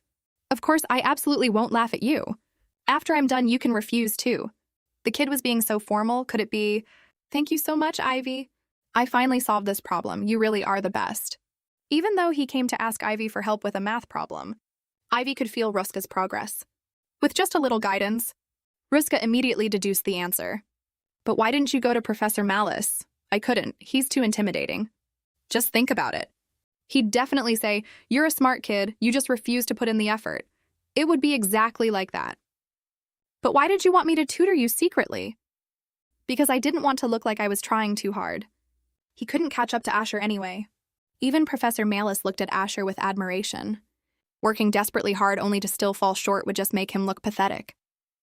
Ivy was just about to correct his thinking, but Ruska suddenly stood up. I was just talking nonsense, don't take it seriously. By the way, how did you get away from Erin? Hasn't she been clinging to you? Actually, Erin had been too busy lately and didn't have time to see her. Seeing Ivy looking so down, Ruska had a great idea. Come on, I'll take you to see something fun. Following Ruska, Ivy arrived in a forest. It just happened to start drizzling. It's just a passing shower. Don't worry. But when they reached their destination, the rain poured down heavier. Seeing Ivy getting soaked behind him, Ruska had to tell her to take cover first. Watching Ivy shivering, Ruska felt low. He had messed up again. He was always like this. Asher never made these kinds of mistakes. But as he blamed himself, Ivy disappeared from his side. Turning his head, he saw her standing in a pond, having taken off her shoes. I never expected there to be a pond here. I used to play like this with my friends too. If it weren't for you, Ruska, I almost would have forgotten. Thank you, Ruska, you really are a special person. Seeing Ivy's happy smile, he froze slightly. At this moment, a warm, indescribable feeling surged in Ruska's heart. The Ivy he saw every day was actually so clear and bright. The thoughts that had been troubling him quietly melted away. It turned out he had been worrying about completely meaningless things. "Thank you, Ivy. Lord Ruska, what did you say? I can't hear you." Ruska kicked up some water. "How much longer are you going to call me Lord?" "I'm going to keep splashing water until you call me by my name." Just then, a koi fish leaped from the water, sunlight flashing on its scales, reflecting a clear blue sky. Was the Emperor's identity finally going to be exposed? It turned out that while Ivy was flipping through a history book, she unexpectedly saw Professor Sean in it, and his identity was actually the current Emperor. But Ivy quickly noticed inconsistencies. The Emperor in the book looked completely different from the professor she knew. The man in the portrait wore luxurious clothes, but his gaze was as cold as a stagnant pool of water. How could that possibly be the gentle Professor Sean? Moreover, the principal had confirmed the professor's identity. How could the kind principal lie? As for the overworked Emperor, it was even less likely he would notice a student like her. Ivy completed a full set of self-persuasion just like that. After leaving the library, Ivy unexpectedly noticed that Professor Sean's office lights were still on. Thinking of the portrait in the book just now, Ivy rushed over without stopping to inform Professor Sean. Meanwhile, in the cafeteria, a thick stack of study materials sat in front of Erin. You'd think she was reviewing seriously, but in reality, her mind was entirely filled with the adorable Ivy. But with finals approaching, if her grades didn't meet the standard, she'd be moved to a different class. To focus, she had to intentionally avoid Ivy, because as long as that child was around, she always wanted to chat and play with her. This was all because Ivy was too cute. And her miserable state was coincidentally seen by Asher walking by. "How long have you been watching me?" "Since you started slapping your own face." When the two met, the hostility was as strong as ever. What annoyed Erin even more was Asher's subtle bragging. He completely couldn't understand why she was studying so desperately. Wouldn't he just effortlessly get first place anyway? But their tense standoff looked like a completely different scene in the minds of the onlookers. Just then, the crowd outside suddenly became agitated. It seemed something major had happened. Ruska ran over in a panic. "Why are you guys still here?" Asher wanted to step forward and ask what happened, but Ruska slapped his hand away. "Don't you know something happened to Ivy?" It turned out that not long ago, Ivy had hurried to the office. But waiting for her there was Israela. She held Ivy's gift box, laughing wildly. "I was wondering why you keep running here lately. It seems you're trying to hide something. Besides that, there are many popular stuffed animals in the room." "You peasant, you've stolen quite a few things, haven't you? Not long ago, did you also get someone to steal the exam answers?" These fabricated accusations left Ivy not knowing where to begin explaining. Israela held the box.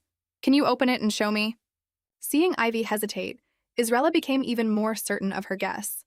Just as she was about to smash it open with brute force, little Ivy snatched the box away. "This is the only thing I cannot give you." And Ivy's unintentional bump while fighting for the box completely enraged Israela. Meanwhile, the Emperor, currently in the cemetery, had complex emotions. His recent attention had indeed disrupted Ivy's normal life. If this continued, it would inevitably drag Ivy into the whirlpool of power. He couldn't irresponsibly project all his feelings onto Ivy just because he missed his wife and daughter. The Emperor took one last deep look at the gravestone. Perhaps it really was time for him to let go. Walking out of the cemetery, he saw his office light was still on. He figured Ivy was reviewing, so he planned to see that sensible child one last time. If I suddenly disappear, she'll probably be very sad, right? But when he arrived at the office, the doorway was crowded with students. Inside, Erin was roaring at Israela, while Ruska desperately tried to stop the conflict. He initially thought it was just a student argument, until he caught sight of the floor. That bow was the gift he had given Ivy, and next to it was a glaring pool of blood. In an instant, the emotions that had been dormant in his chest for years were completely ignited. That fury was almost as fierce as when he lost his wife and daughter. 10 minutes ago, Erin was the first to arrive at the scene. Seeing her best friend Ivy beaten beyond recognition, anyone would find it hard to accept. The hot-tempered Erin completely disregarded her demeanor and immediately got into a scuffle with Israela's lackeys. Shoving the two aside violently, Erin aimed her fury at Israela. Before her slap could land, Ruska grabbed her arm. If you hit her back now, not only will it be classified as a mutual brawl, but it will also prevent Israela from getting the punishment she deserves. But how could she easily swallow this anger? You three, how could you team up to bully a 7-year-old child? Someone like you absolutely must be expelled. Seeing Aaron being held back, Israela seemed to think she had the upper hand again. Expelled? Over a lowly commoner? But don't worry, the one who should be expelled is her, that beggar from the orphanage.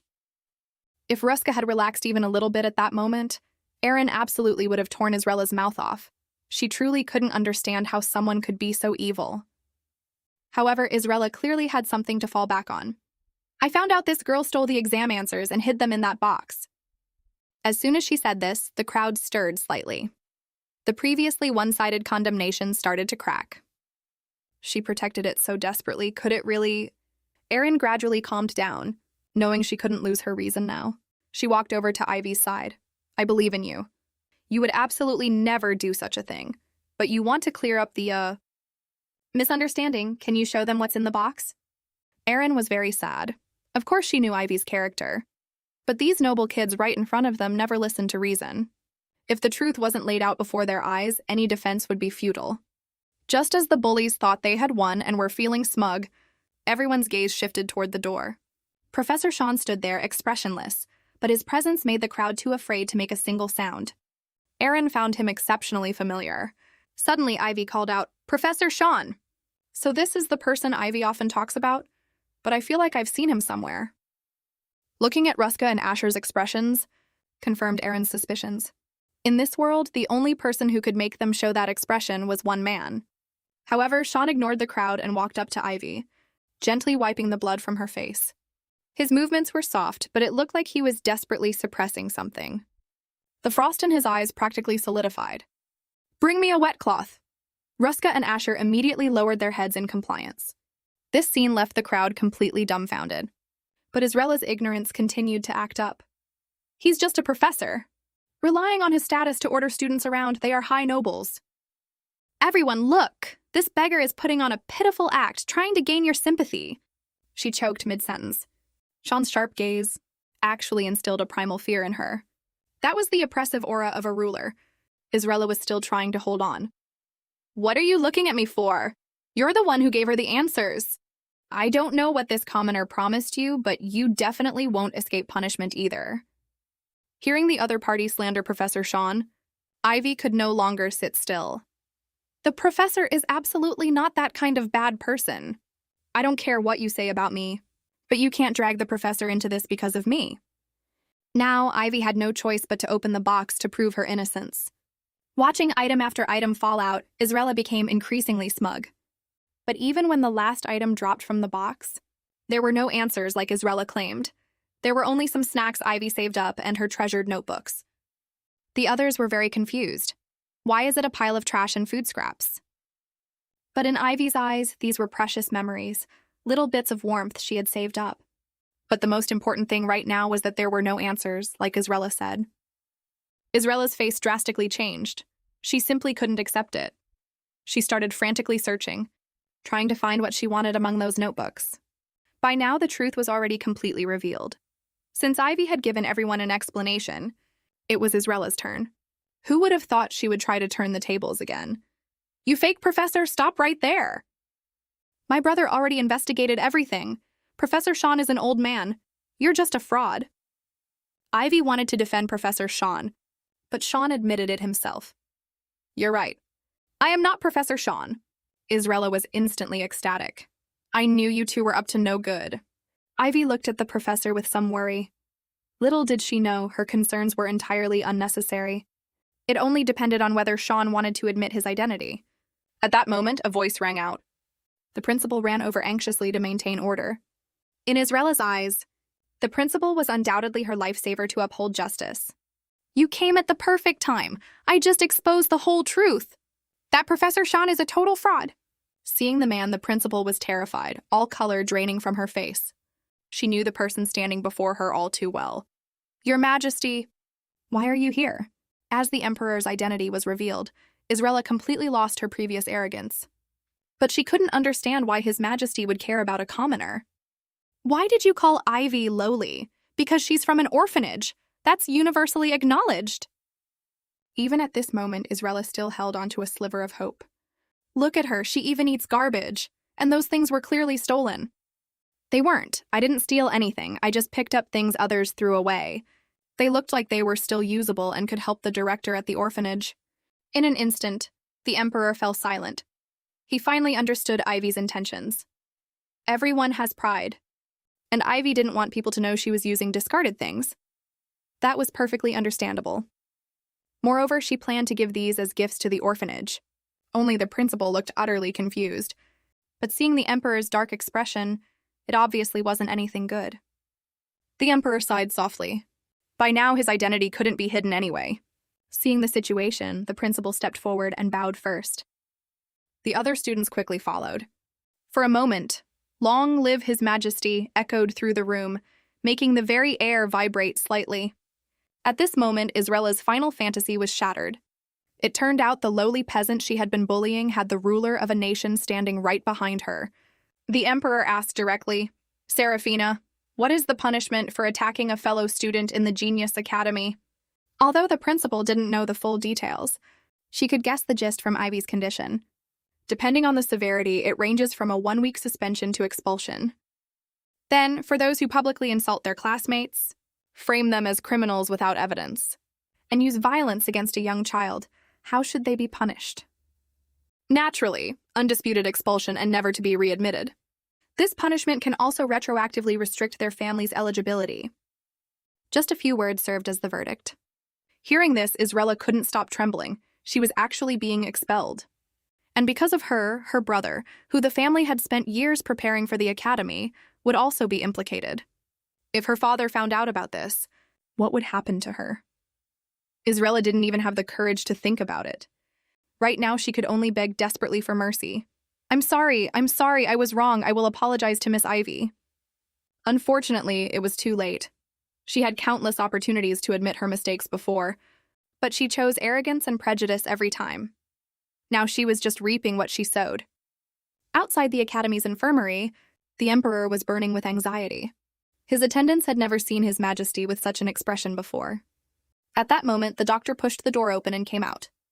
The Emperor even lost his composure, loudly asking about Ivy's condition. Thankfully, Ivy just had some bruises and would be mostly recovered in a week. Hearing this, the Emperor finally breathed a long sigh of relief. However, there is one small problem. Didn't you say earlier that things went smoothly? It's not her injuries. It's just that the child seems to be in a state of shock. The Emperor was worried Ivy had suffered some psychological trauma. But clearly he underestimated Ivy. Watching her carefully drop to her knees and bow, saying, "Long live your esteemed Majesty," the Emperor stood frozen in place. The scene he least wanted to see had ultimately happened anyway. Ivy and the Emperor were finally reunited, but his identity had truly terrified little Ivy. Who could have thought the usually gentle professor was actually the ruler of a nation? Rumors painted him as extremely cold-blooded and ruthless. Wasn't she in deep trouble now? Thinking of this, Ivy knocked her head heavily on the floor again. "Who told you to do this?" "I'm sorry, I haven't learned how to express my respect to you yet." To her surprise, the Emperor lifted her up in one motion and gently placed her on the bed. "What I mean is, you don't need to bother with those cumbersome formalities." Faced with the Emperor's care, Ivy was overwhelmed. "So, are you really the Emperor?" The Emperor chuckled softly. "Yes. I am indeed the Emperor of this empire, Claude Archean Hajime." "Oh my god, you really are the Emperor of the Hajime Empire." Recalling all her past disrespectful behavior, not only asking His Majesty to go to the festival, but even sleeping in his arms, Ivy trembled in fear. The book said disrespecting the Emperor was a crime punishable by death. Claude changed the subject. "Why didn't you request supplies at school? Normally, they should give you enough pencils and notebooks." "Because that's what the school rules say. Academy supplies shouldn't be used for personal greed, nor should they be taken off campus." And Ivy wanting to take them to her friends at the orphanage would clearly violate the school rules. Hearing this, the Emperor lowered his head. Just as Ivy said, these rules were established to prevent waste. However, very few people took them seriously. Yet Ivy not only took them to heart, she even put down her pride and picked up things others threw away just to abide by the rules. It was a rule no one cared about. The Emperor couldn't even guarantee that Asher and Ruska would follow it. But Ivy strictly adhered to it. This kind of character was something he valued immensely. If he didn't have to consider those ministers, the Emperor would definitely nominate Ivy as a candidate. However, while the Emperor was deep in thought, Ivy mistakenly thought he was angry and broke into a cold sweat. You better just call me Professor from now on. Let's interact just like we used to. If you find the name Sean unfamiliar, you can also just call me Claude. It was important to note that since the Emperor ascended the throne, no one had been allowed to address him by his first name. But those with special honors were granted this right by the Emperor. Currently, only his two close friends, Duke Kaelin and Marquis Lagsall, had received this honor. Now His Majesty was giving it to a child. It showed how much he valued Ivy. Ivy didn't refuse too much, and cautiously whispered, Claude. As for the Emperor, it was better than 1,000 formalities. By the way, are your injuries really okay? Of course they are. I've long been used to these kinds of injuries. This made the Emperor's heart sink. Ivy always brought up happy memories from the orphanage, but never spoke of her earlier past. He figured her previous memories were too heavy. The doctor brought over the medicine. The Emperor was just about to say it might be a bit bitter, but Ivy picked it up and downed it all in 2 or 3 gulps. From her expression, it wasn't hard to tell how awful it tasted. Here are some candies I brought. They can neutralize the bitterness. Give it here. Naturally, a great task like feeding candy had to be done by His Majesty personally. Seeing Claude and Ivy getting along so happily, the doctor was stunned again. How many years had it been since the Emperor last smiled? Just a few months ago, His Majesty was still looking completely weighed down with worry. Now it was like he was a different person. It seemed all of this was thanks to this child. An attendant came to remind them that curfew had arrived, and Ivy should head back. Although Claude wanted to escort her personally, his identity had been exposed, meaning he couldn't move freely for a short while. Summon Remora and her knights to escort Ivy? Understood, Your Majesty. Wait. The head maid briefly doubted what she had heard. To escort an unknown child, he was actually deploying the Empire's elites? This made the knights themselves unable to understand. Even when foreign envoys visited, they didn't receive such treatment. May I ask who this Ivy Alden is? Hilda was even more blunt. Your Majesty, this is the first time I have felt disappointed. I ask you to retract this order. The Emperor didn't get angry. You make a fair point. Since the others also agree with your view, pick someone from your unit to escort her. Suddenly, the Emperor's expression shifted. Ivy, you're here. Hilda became even more curious. Who exactly could mesmerize the Emperor so completely? Your Majesty, I'm here. The maids even changed me into new. Ivy's words abruptly stopped under the stare of unfamiliar eyes. These are the Imperial Knights. I originally asked them to escort you, but... To his surprise, Hilda suddenly jumped out. That's right, we would be very happy to serve you. Hello there, my little princess. I am Hilda. After all that, it turned out she was a massive softie for kids, too. Hilda genuinely terrified her colleagues. Was this really the same fierce, terrifying woman they knew? I think I'm going to throw up. But when Ivy greeted them in her sweet, childish voice, they instantly understood Hilda's mood.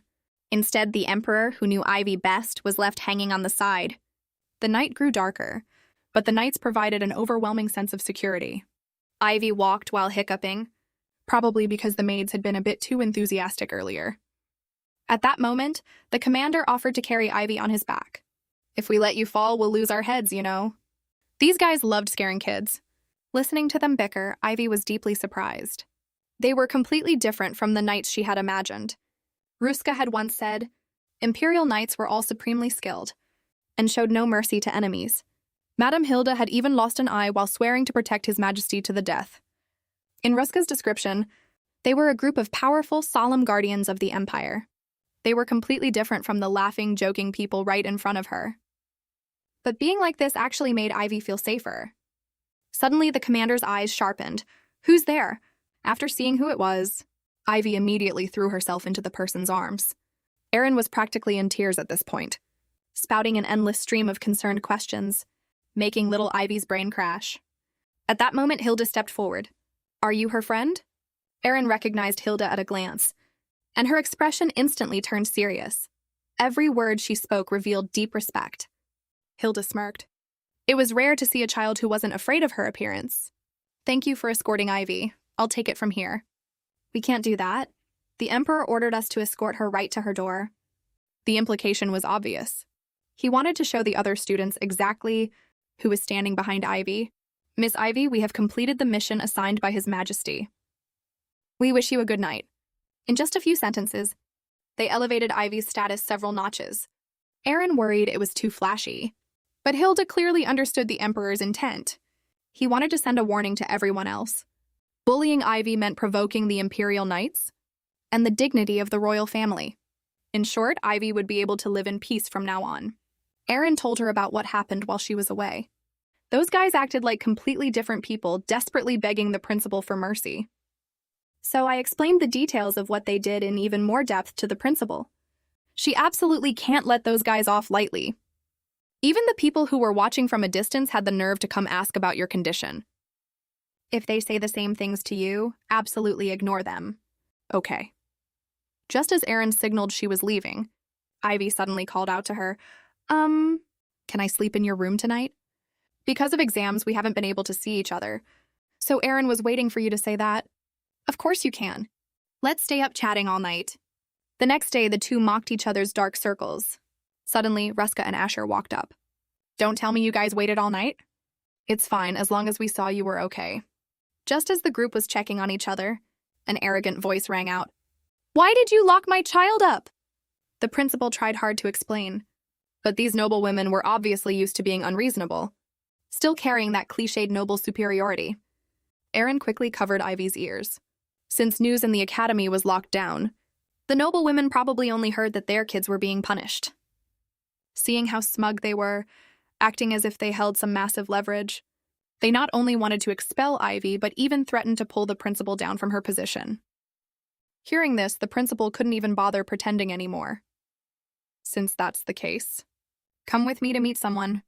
A few days later, the three noble women were invited to the imperial palace.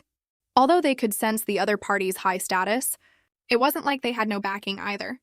Looking at the luxurious decor of the drawing room, the few of them still hadn't realized the severity of the situation. It seems they really put some effort into this, considering a countess is visiting personally.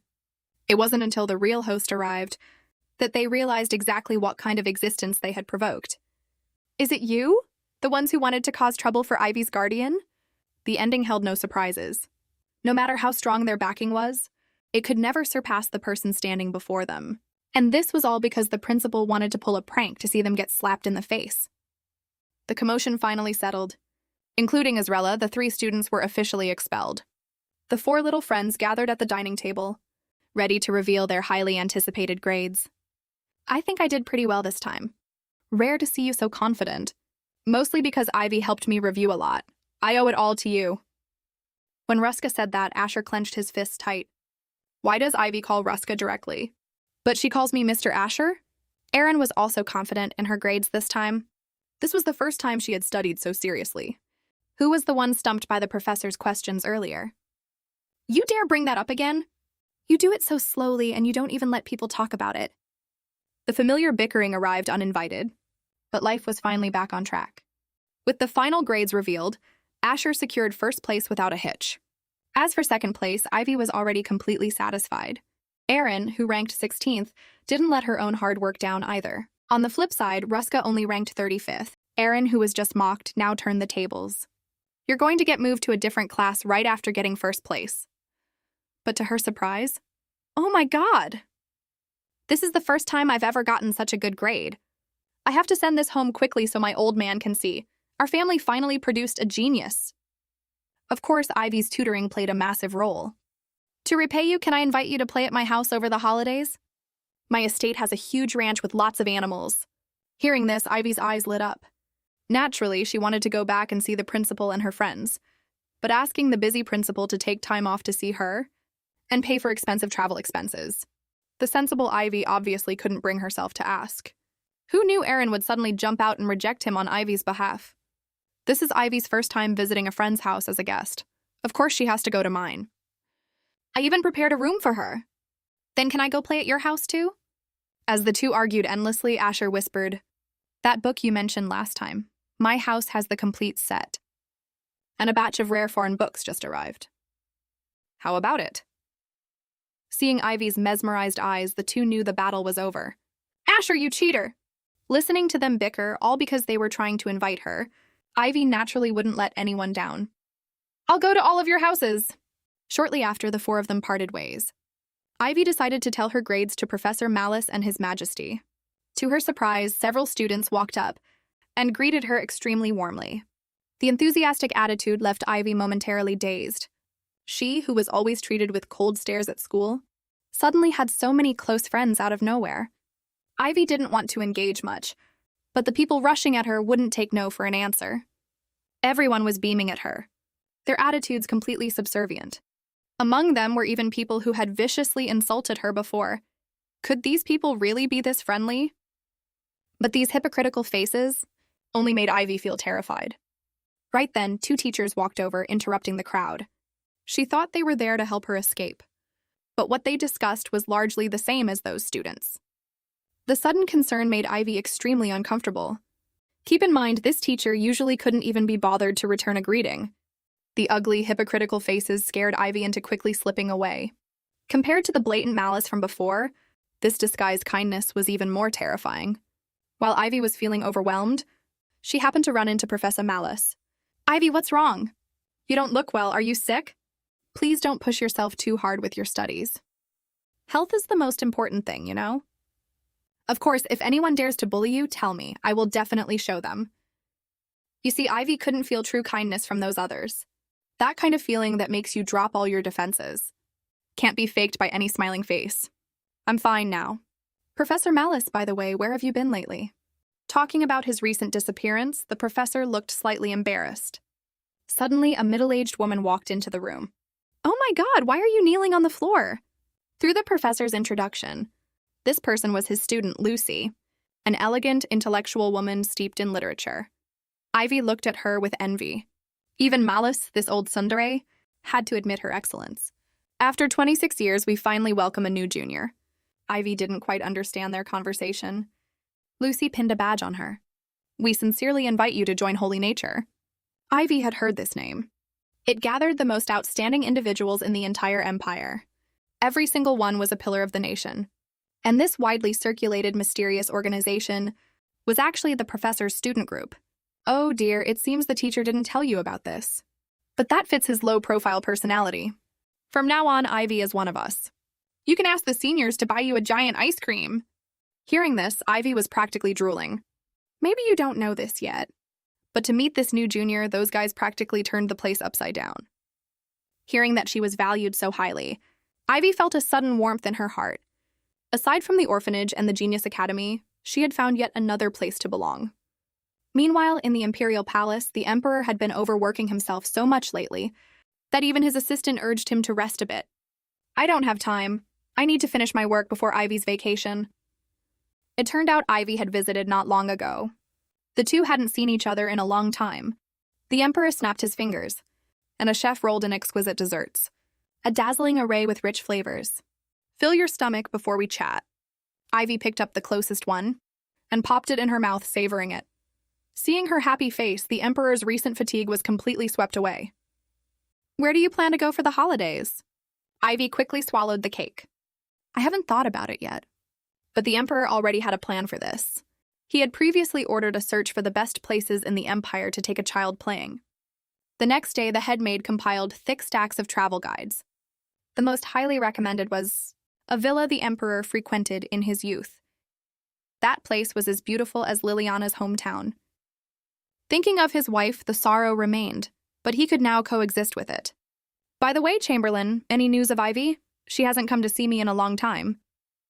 Hearing this, the head maid looked a bit awkward. This is entirely because of you. Actually, Miss Ivy has come to see you multiple times recently.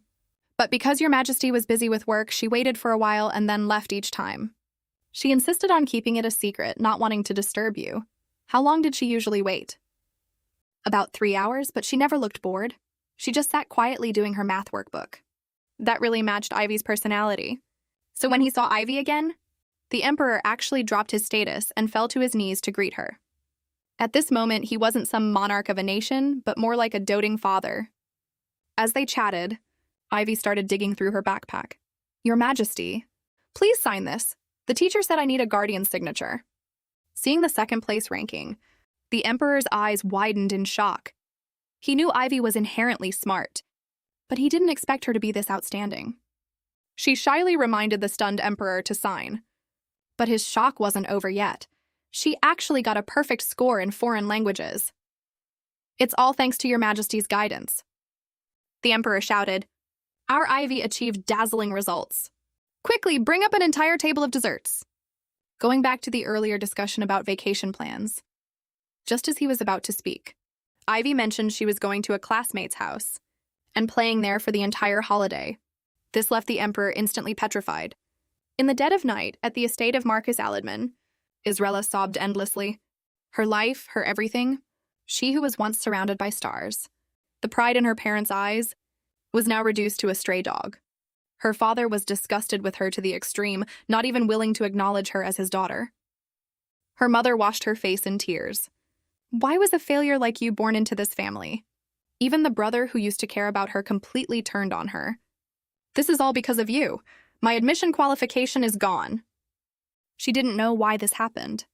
She had clearly just messed with an insignificant commoner, a lowly peasant who wasn't even fit to carry her shoes. Her father opened the door at that moment. Get dressed and come out. I'm taking you to meet someone. Looking at her father's serious expression, it was obvious the person had serious backing. When the door opened, a blonde girl sat gracefully above them. You must be Israela. It's very nice to meet you. Not long ago, the highly anticipated holidays finally arrived. The most excited of all was Ruska, who knelt on his desk, begging to escape the bitter sea of school. Who knew Professor Malice would suddenly appear behind him? Unsurprisingly, a scolding was inevitable. Everyone worked very hard this semester. Thank you as well for helping me rediscover my former passion. Malice was getting sentimental, but Ruska was entirely focused outside the window. Professor, wrap it up. Students have already started heading home. You brat, I'm going to assign you a massive pile of homework. The math monster kind, and when you're done, I'll double it. Why is it only me? After school, I'm taking Ivy away first. Hearing this, the two looked incredibly sad. It turned out Ivy's hosting rights were decided by the three of them drawing lots. Aaron won a full 2 weeks. Listening to the boys' protest, Aaron smirked wickedly. Sure enough, Lady Luck was on her side. While Aaron was outlining the schedule, Ivy was captivated by a hot air balloon outside the window. It supposedly floated using a heated magic stone. Ivy, do you want to try it? Although she was a bit embarrassed, the anticipation in her eyes couldn't be hidden. Aaron, you must have done it before, right? Of course, it's not scary at all. Actually, she hadn't. Meanwhile, at Aaron's house, 3 maids were already eagerly waiting. They even took out the dresses Aaron wore as a kid and inspected them repeatedly. Miss, please hurry back to us. In the carriage, Aaron inexplicably shuddered. Before long, Aaron's carriage finally arrived. But they didn't expect the young miss to step out holding someone else's hand. That person's adorable appearance, despite her clothes, rivaled Aaron's in every way. Ladies, please rein in your drool, okay? Hello, my name is Ivy Alden. I'm really looking forward to playing with you this holiday. The next second, the 3 maids started fighting over the right to take care of Ivy. Then the 2 girls arrived at Aaron's room. The luxurious gold with touches of pink made Ivy say, "You must be a princess, right? It's not that flashy." But no matter how you look at it, this looks like a castle a princess would live in. It's just like in a fairy tale. At this moment, Ivy came to a door. Aaron mysteriously asked her to push it open. When Ivy walked in, she found it was already piled high with various stuffed animals and gifts. This is the room I prepared for you. What do you think? Do you like it? That overjoyed hug explained everything. Of course I like it. Now let's see how those 2 guys compare to me. While Ivy was admiring the gifts, Aaron quickly measured Ivy's clothing size. What's the rush? Let's go eat first. The reason Aaron was so nervous was that she had suggested buying Ivy new clothes. But Ivy flatly rejected her good intentions. She didn't want to blindly accept her gifts, afraid she might unconsciously get used to it. She valued the bond between friends even more. Despite being rejected, Aaron felt a warmth in her heart. But then again, not buying clothes for Ivy just didn't feel right to her. She called Ivy into her room. Come with me to a boutique tomorrow. I suddenly want to buy clothes there. Of course, it's just me who wants to buy. But I coincidentally heard they're running a buy one get one free promotion. Oh my God, then what are we waiting for? Aaron finally managed to pull it off. Looking at the luxurious decor, Ivy was inexplicably nervous. I've never been to such a high-end store. Once I get you an accessory, you won't be nervous anymore. Entering the store, the clerk and Aaron were already old acquaintances. The owner even came out personally to greet them. Seeing the blue badge pinned on Ivy, the owner immediately bowed in respect. This overwhelmed little Ivy. At that moment, Aaron somewhat awkwardly brought up the buy one, get one free promotion. The owner was completely baffled by the question, but seeing Aaron's "you know what I mean" look, the owner instantly understood. Of course! If you hadn't mentioned it, I almost forgot. Only the innocent little Ivy was still kept in the dark. While Aaron picked out dresses, Ivy wandered around the store, but she bumped right into an uninvited guest. How is a peasant like you here? Figuring Aaron was behind this, Israela's companion suddenly stepped forward. Ivy looked in shock at this girl who looked exactly like her. The girl slowly reached out her hand. Ivy thought it was a polite greeting, but instead she forcefully yanked her hair. What is your name? Why do you look exactly like me? Seeing Ivy being bullied, surprisingly, the one who was most afraid was Israela. Because if Ivy was here, Aaron definitely wasn't far away. She didn't want to be punished by her father again. So Israela, who hated Ivy, actually stepped in to defuse the conflict. However, Ivy's messed up hair didn't escape the shop assistant's eyes. In the carriage, Israela let out a long sigh of relief. Actually, she is that lowly thing I told you about. The commoner who gained the emperor's favor. Eve was silent for a moment after hearing this. Then, to Israela's shock, tears uncontrollably spilled from her eyes. That child is truly pitiful. Saying that, she took off her glove, revealing the pattern on the back of her hand. By the time I return to my father's side, she'll be abandoned. Then she will definitely hate me, right? I can't believe you even care about a lowly creature like that. You are entirely too kind. My father misses me so much that he treats a child who looks like me as if she were me. It's not fair to that child. Israela held Eve's hand. This belonged to you in the first place. You are just chasing away a despicable thief. The day of the autumn banquet will be the day you and your father reunite. At this moment, Israela could already imagine the jealous expressions of everyone around. The student who was expelled from the academy had now become an unattainable existence standing beside the princess. Especially those two. Israela got so excited just imagining their faces that she almost went crazy. When the real swan returned, the fake wearing feathers was destined to be ruthlessly knocked back to reality. In the imperial palace, the emperor held a blueprint, directing his subordinates to move a boulder taller than a person out of the way. The weeds need to be pulled clean too. Who would have thought the empire's elite would be used for this? Unsurprisingly, it was all for Ivy. Inside the clothing store, Aaron handed her drawn patterns to the owner. It seems you value that friend very much. That's right, Ivy is my best friend. Seeing this, the owner took the blueprint and swiftly made modifications, relying on her years of experience. The final result surprised even Aaron. Of course, I naturally couldn't neglect Aaron's friend. Just then, the shop assistant walked over and told Aaron what had just happened. This instantly made Aaron furious. The person who bullied Ivy, get out here right now! Ivy, are you hurt? Seeing Aaron about to chase after them, Ivy quickly stopped her. Although you're willing to worry for me, I don't want to drag you down anymore. Hearing this, Aaron calmed down a bit. They had finally made it through the hardships of the semester. They couldn't let bad things ruin their mood anymore. To that end, Aaron replaced her anger with a smile. Can you do me a favor? Before long, Ivy's eyes were shining. It's so beautiful, Aaron. You're just like the bright moon deep in the night. Ivy started picking out matching bags for her. The bad mood from earlier seemed to have been swept away. Even though Ivy was the one who suffered the injustice, she was the one constantly taking care of Aaron's emotions. This was completely different from everyone Aaron had known before. They either offered empty praises aiming for some benefit, or acted passive-aggressively, picking on her at every turn. Only Ivy was thinking of her at every moment. Is this what a real friend is? Meanwhile, at home, Ruska braved the scorching sun to train hard. But he received a letter from Aaron. After reading the contents, he rushed to find his old man without stopping. At this moment, the head of the household was tending to his beloved horse. Watching his son rush up with shining eyes. Father, can I borrow Alicia? Facing his precious son, riding the horse or whatever, was absolutely out of the question. Because of Ivy's arrival, The mansion was filled with laughter every day. In comparison, Asher's mansion felt exceptionally cold and deserted, making the maids envious. They had tried asking young Master Asher to play, but were invariably rejected.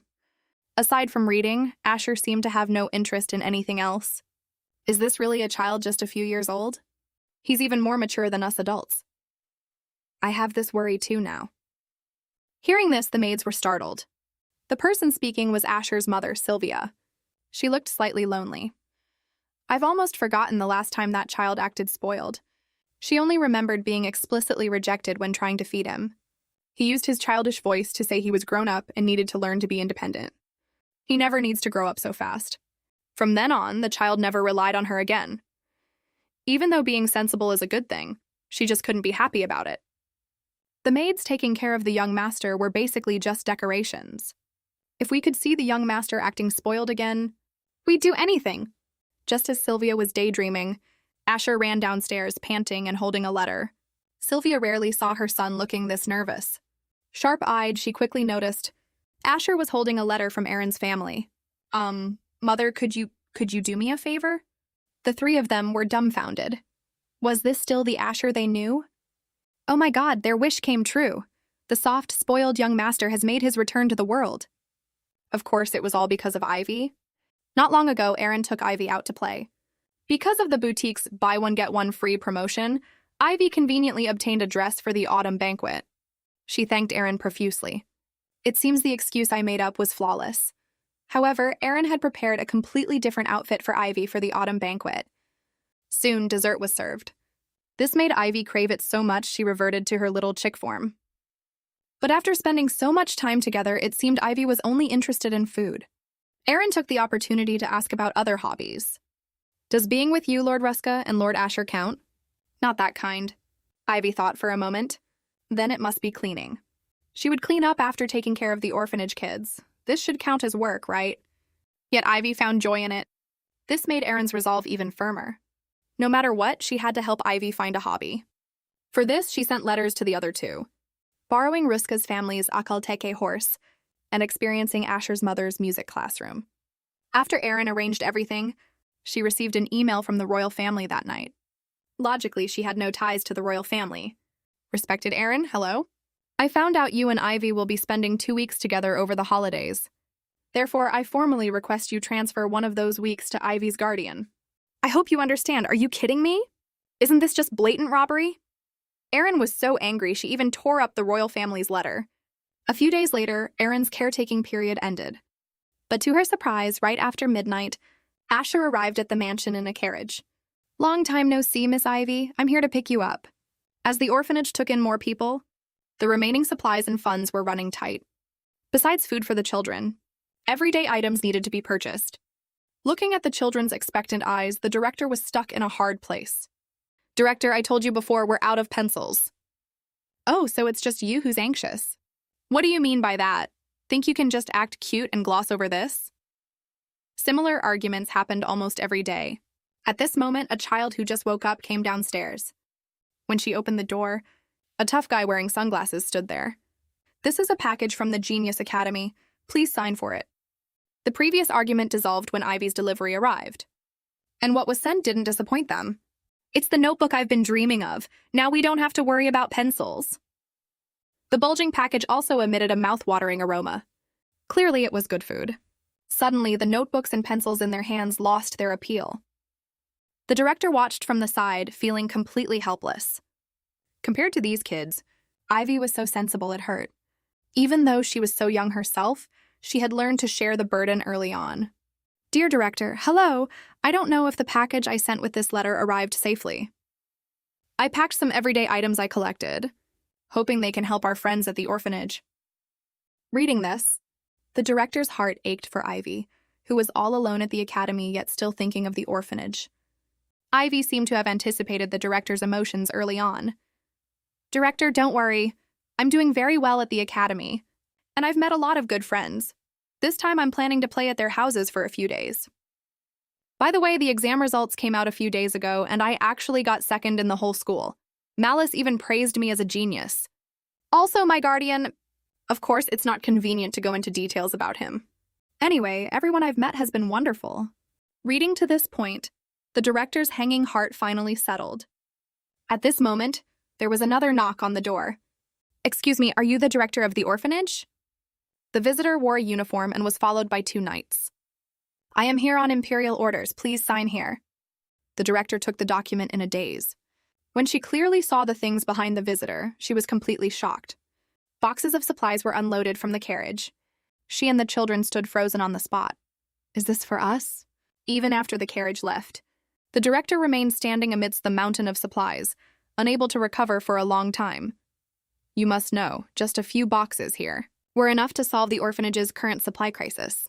But she didn't know anyone from the royal family. Ivy had mentioned in her letter that she planned to find time to work part-time to subsidize the orphanage. Obviously, these supplies didn't come from Ivy. But the director was also very clear that these things appearing here definitely had something to do with Ivy. Thinking of this, the director's eyes grew moist. She hoped that kind child would always be treated gently. Just 2 weeks ago, Ivy, who had waited a long time for the Emperor, fell fast asleep on the desk. And the Emperor happened to see Ivy's letter. The lines revealed her concern for the orphanage.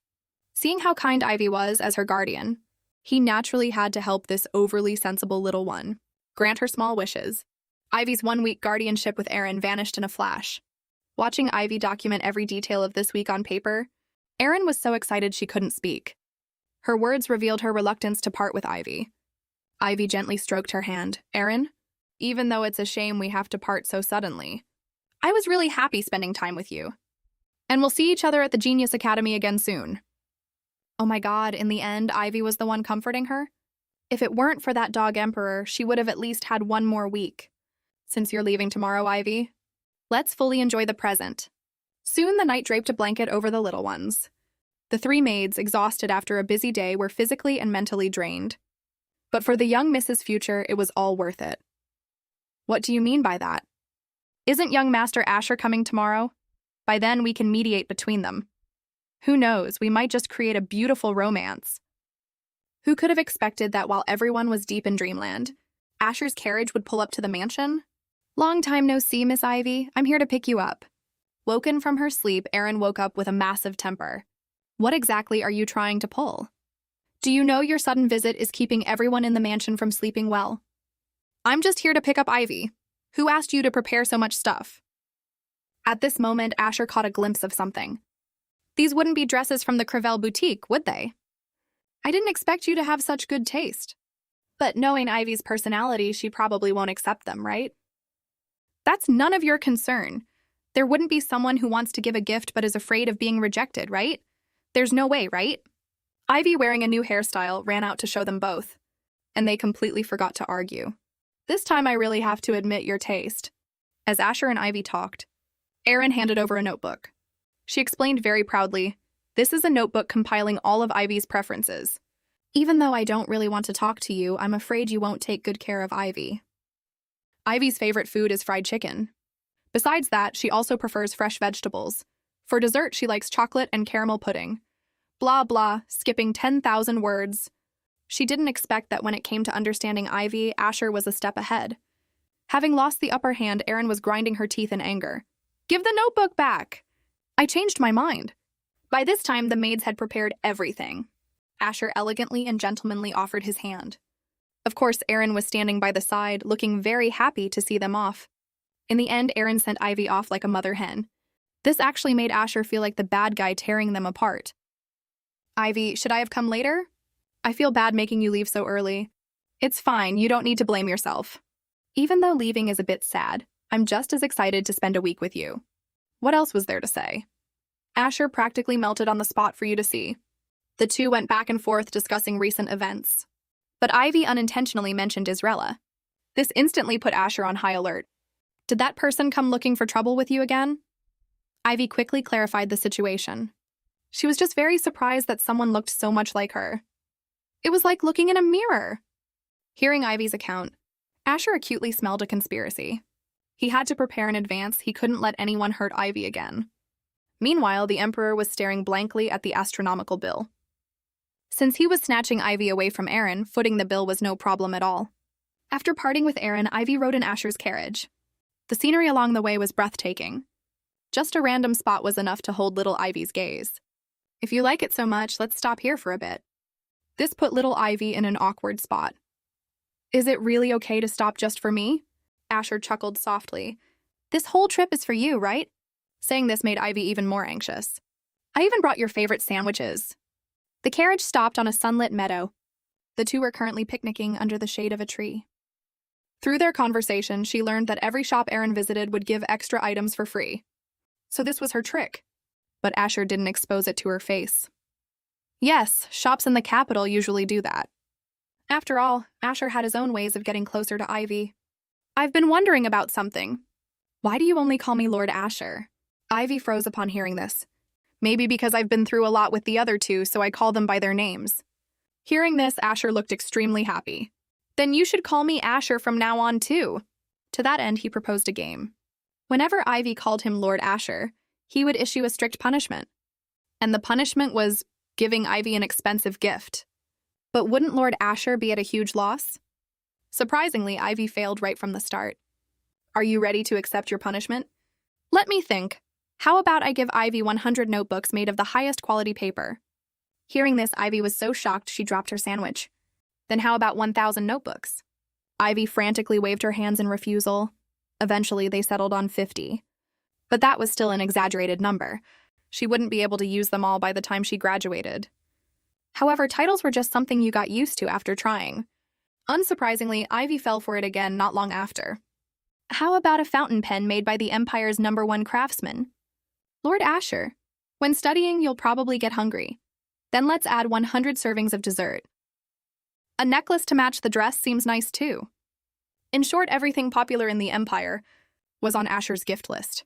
This made little Ivy too afraid to even speak. Compared to those expensive gifts, what Asher cared about was the distance between him and Ivy. Is it really that hard to just call my name? Ivy then slowly explained the reason. In her eyes, Asher was always very mature, better than her in every way, just like an adult. Moreover, he always protected her in dangerous times. As a result, Ivy couldn't help but want to respect him. So it wasn't about being distant. This left Asher suddenly not knowing what to say. Before long, the carriage arrived at the estate. The attendants lined up uniformly to welcome them, their every move strictly adhering to etiquette. This was a stark contrast to the lively atmosphere at Erin's mansion. However, what happened next was unexpected. The Duchess, who by all rights should have properly hosted her son's friend, was now letting Ivy clean the house. Even though it was clear the two were getting along famously, what kind of hosting was this?